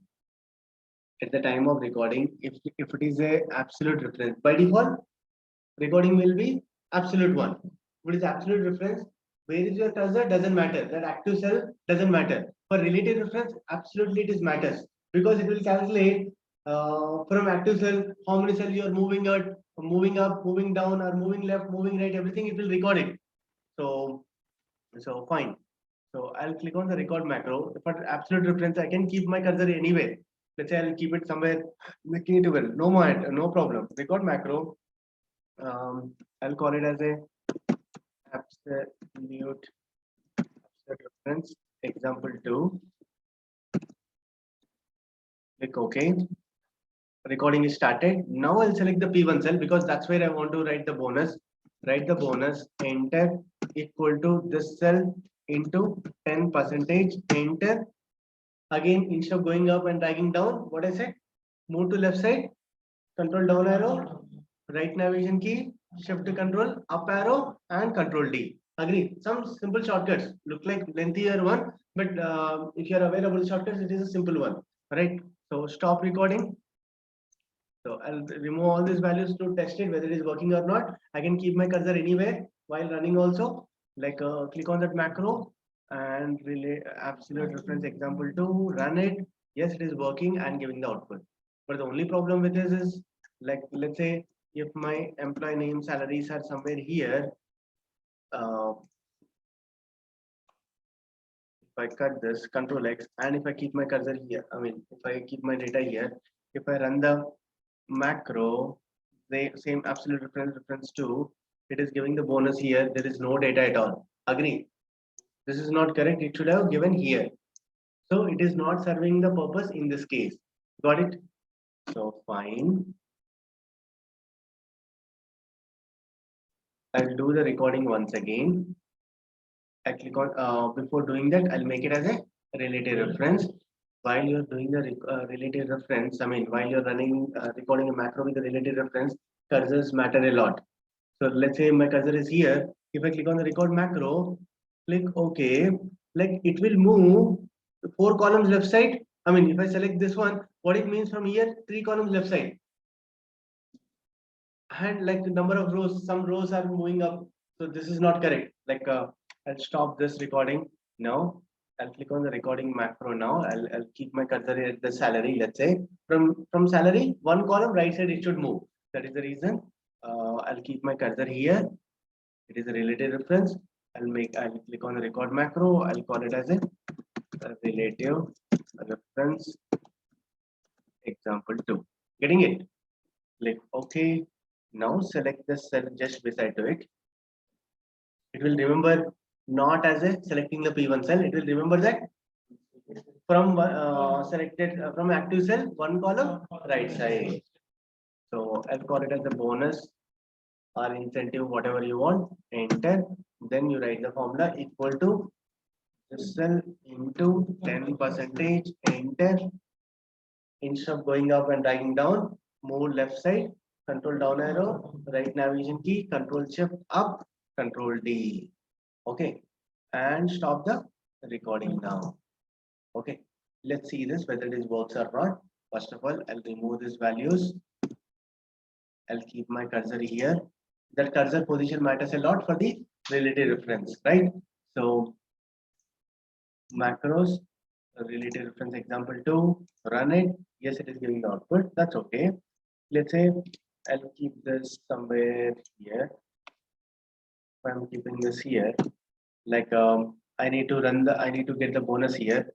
So let me run that macro with reference example 2. Is it going to give the bonus here?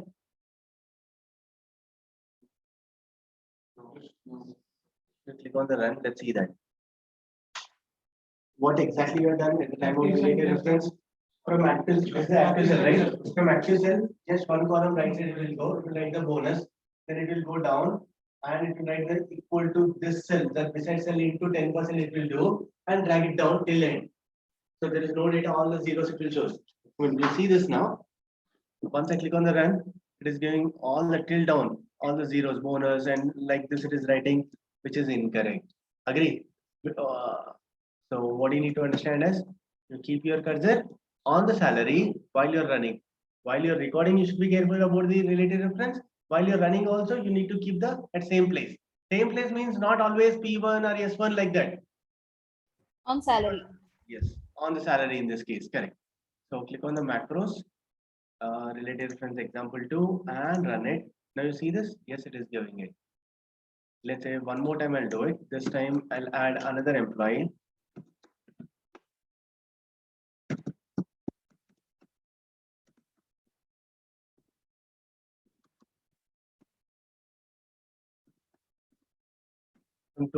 Two new employees added.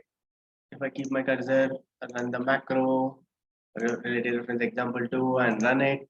Yes, it is working and giving me the output. Even if I added the new employees also, it is working. Is this clear?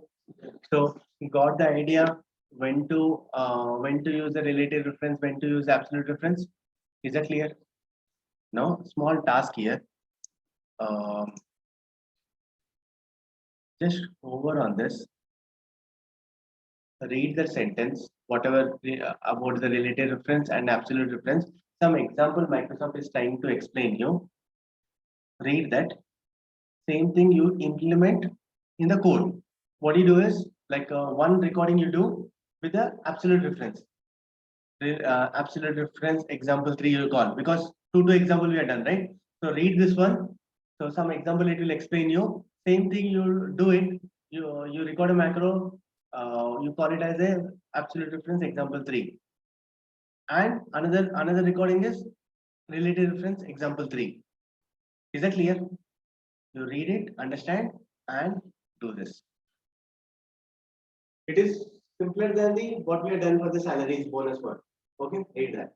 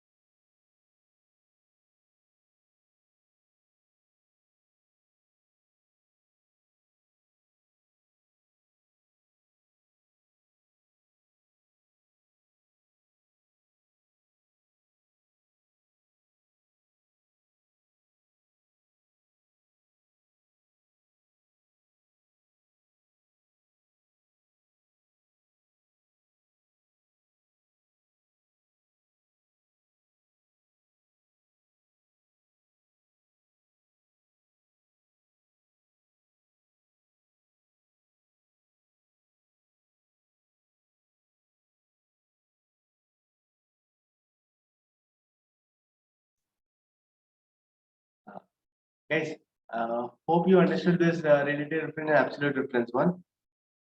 Any questions, anyone? Sandeep, Anusha, Rohini, Swati, Saiteja.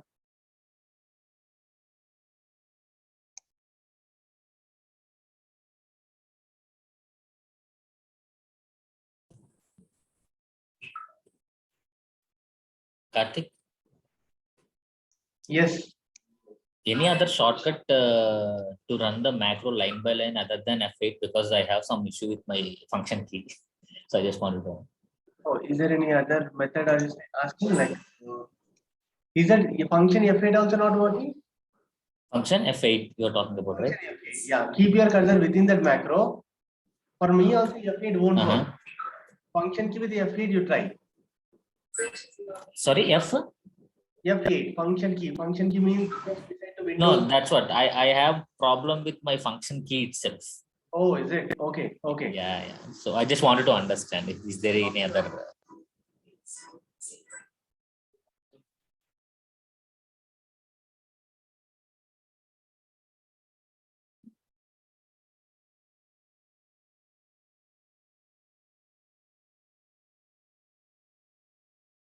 Here is in the debug, there is something called step into.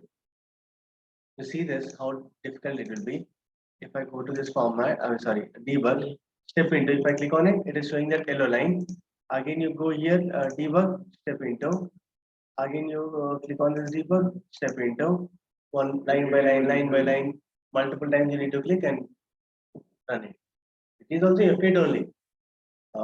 Just that we need to click debug every time and click on the step into.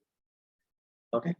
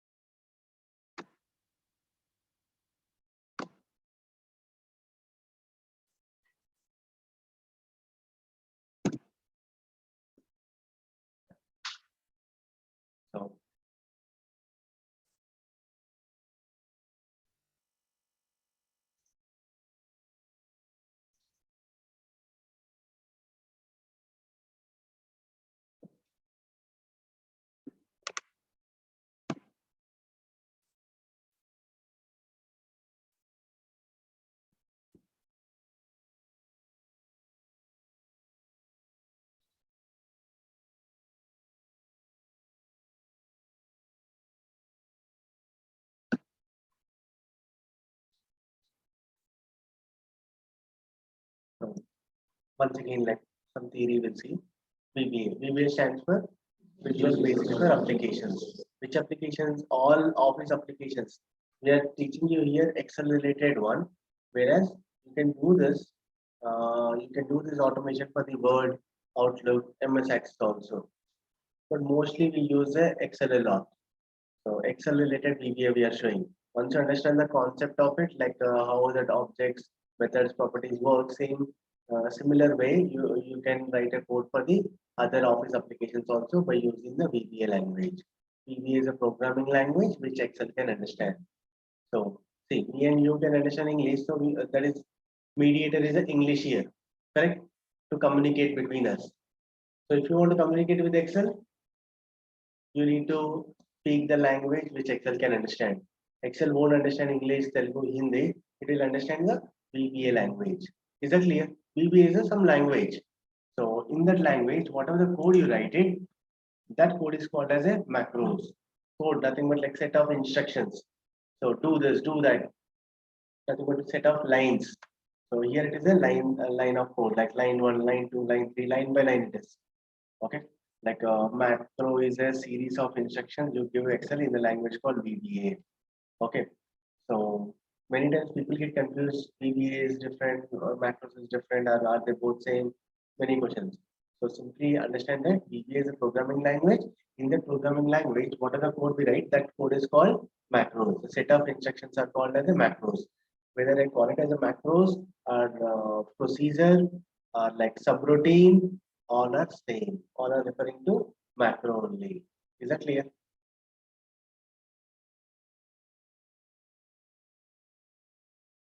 So, by seeing this sample code, what do you understand? Like what this code is going to do? How many lines of code we have here? One Only- line code. Only one line of code. What is this first thing then? What is this starting one? To add sheets. No, like I'm talking That about. is Name of starting of macro. macros.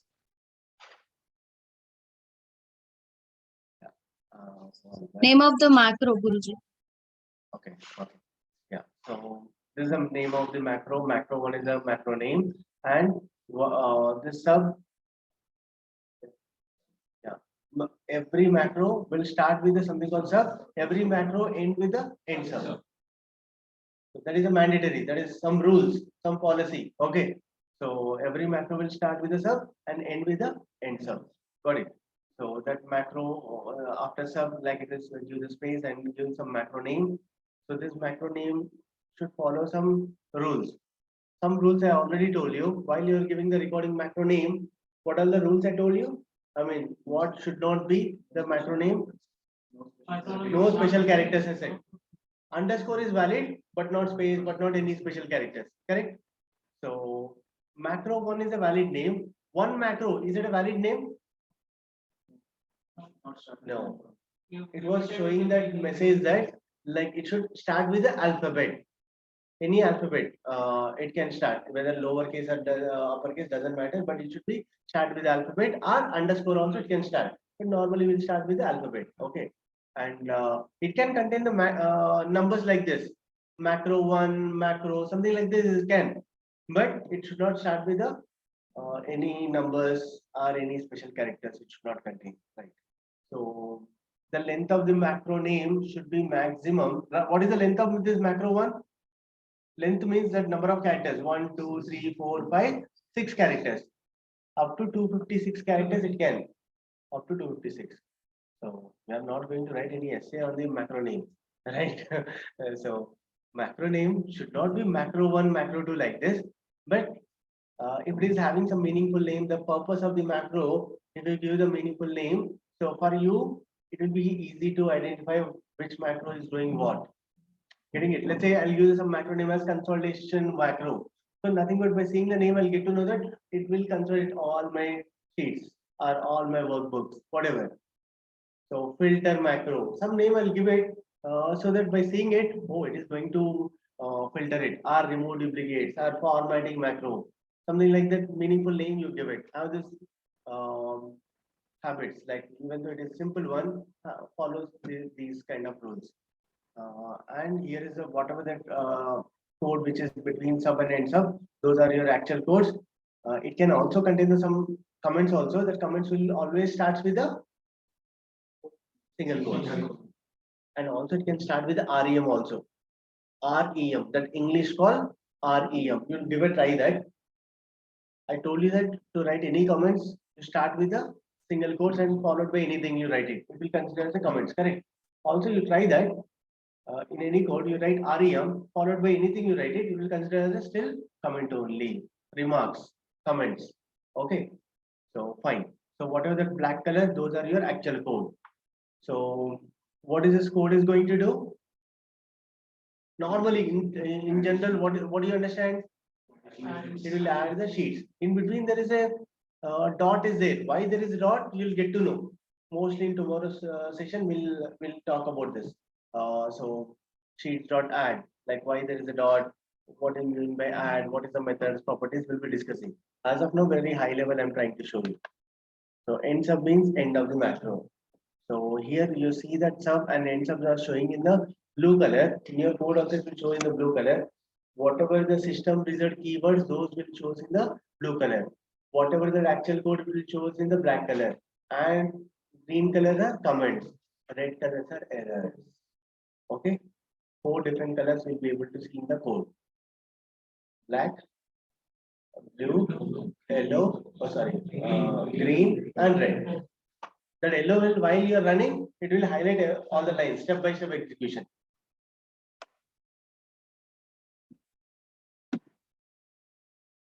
So, what is this code is going to do? Just for to understand, what is this line of code? High level, you tell me. Like, I know that you are not aware about the coding. Still, I'm trying to understand. Like, read this. Whatever you are understanding about this code, tell me. Okay. Then the selecting in the D1 range, You paste the values. Is it going to select the D1 cell? Did we write anywhere selecting the D1 cell? No. Yeah. So it will copy that A1 to B10 cells and it will paste special. You know, in Excel paste special, right? That paste special, it is going to paste all. Otherwise, next line is it will paste only values. Whether you want paste all or paste values, it's up to you. Otherwise, let's say I'll do this change. 1 second. Here in the E1 I'll write. In the D1, it will paste all. In the E1, it paste only values. And one small mistake I did.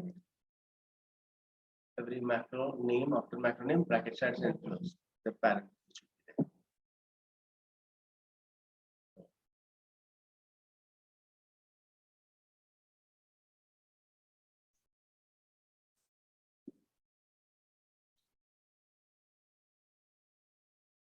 So that's how that it is going to copy this and pasting the values.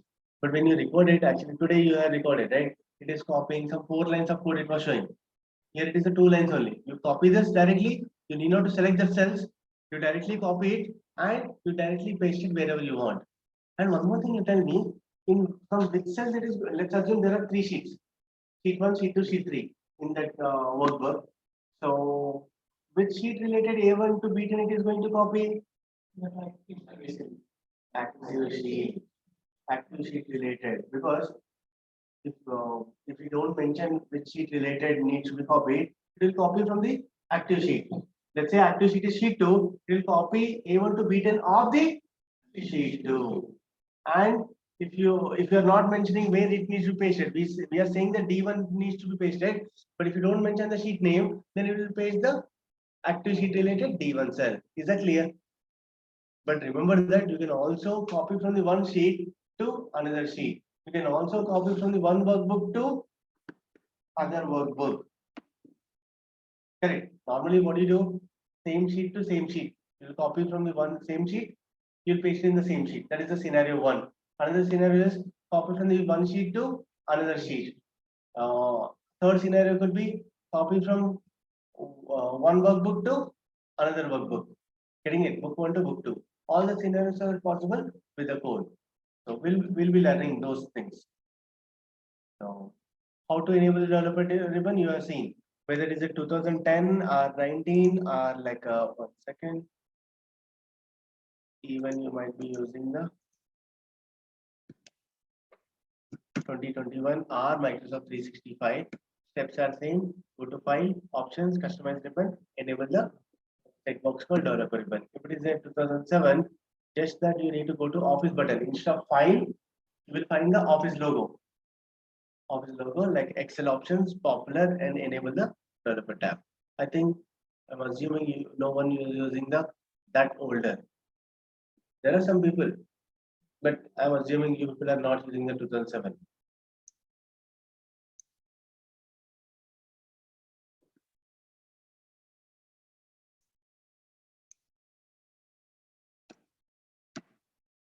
So I told you here, right? This is a project explorer. If you have the 3 sheets in this book 1, it will show the 3 sheets. If you have the 10 sheets, it will show all the 10 sheets. And this workbook will be there default. What is the use of it? Later we'll see. What is the use of this workbook? We'll see. But do you find anywhere in this place, do you find the module? There should be something called module 1, module 2, something like that, right? It is not showing because nothing is recorded. So module 1 won't be inserted. No, I want to insert that module. Definitely you can do it. Later, from going forward, we are not going to record every class. We are not going to record it. We are going to write our own code. Initial class, we are showing you how to record it. Going forward, from tomorrow onwards, we are not going to record. We are going to write our own code. So at the time, what we do is we'll go to this insert. In the insert module option will be there. To insert the module and write the codes in those modules. Okay, those are called modules are called as a standard modules, standard codes where you write it. Right. This properties window, this properties window is nothing but you selected the sheet one, right? Sheet one related. What is the page break? The different properties it will shows here. I'll talk more about it later. Right now, this is called as a properties window. Based on your selection of the object, it will show the different options here. And this place is called as a code window. All your codes, whether it is recorded or you written or your own, will be shown in the code window. All of them you can access them, you can get them by clicking the view ribbon code window. First time you do it, going forward, anytime you open, that setup will be there. Okay. And this immediate window, this bottom below to this code window, there is something called immediate window. This immediate window, it was not there, right? Why it is showing here? Let me show you. Let me go to our Excel file. Here is a VBE. This is all our code window. This is a project explorer. This is a properties window, correct? If you want to see the immediate window, immediately you go to view and check for the immediate window. Otherwise, shortcut key is a Control G. Once I click on Control G, it is showing that immediate window. Immediate window is the place where you ask for questions. Immediately, I have some queries. I want to get the answers. So what do? You ask question here. So whenever you're going to ask me a question, directly you'll ask, you don't put any question mark. But if you are going to ask a question with a VBE, so you need to put the question mark. That is a rule.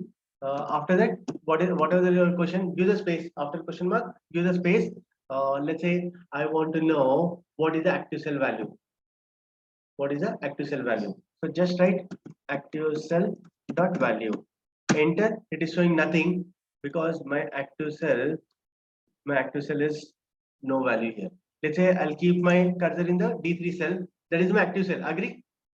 So if I go back here, first of all, it is not showing the active cell value as a Rajesh Nair, because at that time, active cell value, when you ask, it was something. At that time, there was nothing. That's what it is showing. But it is now changed, right? Once again, you ask.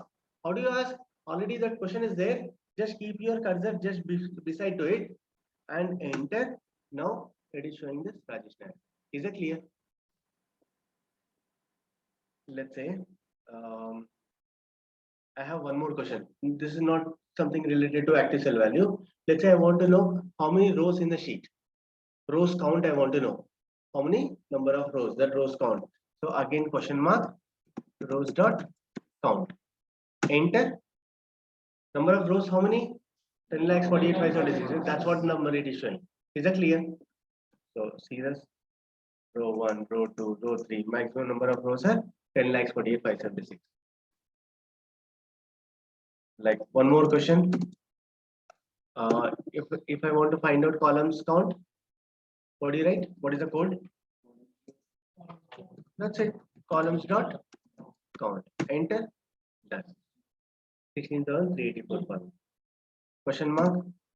How many number of sheets I have currently? I want to find out the sheets count. What do you write? That's it.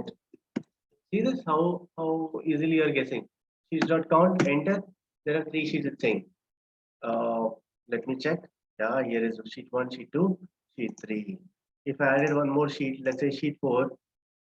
If I go back to that VBE, is it going to show me that 4 sheets? By default, it won't show. If you want to know the current one, you ask once again. You go back here. Otherwise, you ask once again. You type it once again. No, I don't want to type it. I'll go here. Simply say enter. Earlier it was a 3. Now it is 4. Is that clear? Now, if you ask one more time, enter. One more time, it will give the same 4. Getting it? Enter one more time. One more time you enter, it will say the same 4, 4, 4. Got it? I don't need. So you delete the automatic. No, you delete them. I mean, you delete them, but it will keep that. Means? When previously it showed three. Huh. So now when people are saying now showing four. So I don't want three, but it's directly I want to place so it not only because It won't replace. That option is not there. Fine. I want to know earlier active cell value. We have seen how to ask that question. Active sheet name I want to find out. Active sheet name. You'll see that active sheet dot name. Enter sheet 4. For active sheet name is sheet 4. If I come to this sheet, this is my active sheet, right? So I'll go here and enter my active sheet right now is this. This is the latest one. Is it clear? So in the immediate window, you can ask questions. Got it? In the immediate window, not only asking questions, you can do something else also. What is the something? Later we'll see. Got it? So yeah, the 10 more minutes. Like I'm done for the today. You tell me any questions you have. Anything related to VBA, ask me. Like related to today's subject, ask me. Rohini, Anusha, Madhavi, Saiteja, Sandeep, Satish, Swati.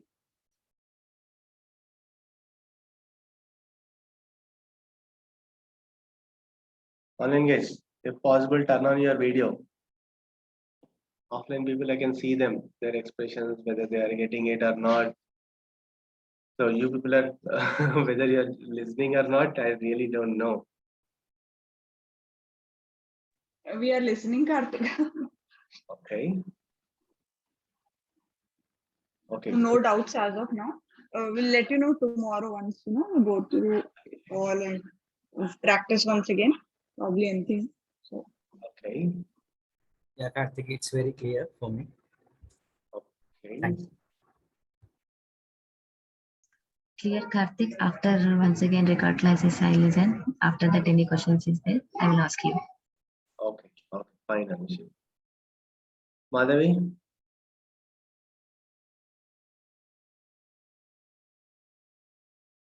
Sandeep. Swati. Fine. Offline guys, any questions? Are we good? Fine. So can I expect practice whatever we discuss? I hope today we discuss a simple one. Yes or no? Yeah. However, we do practice so that if I'm teaching next level, it should not be something new to you. I mean to say like it should not be difficult to you. Once you practice, you'll be able to easily understand. Okay. Yeah. So, fine guys. Thank you all. See you tomorrow.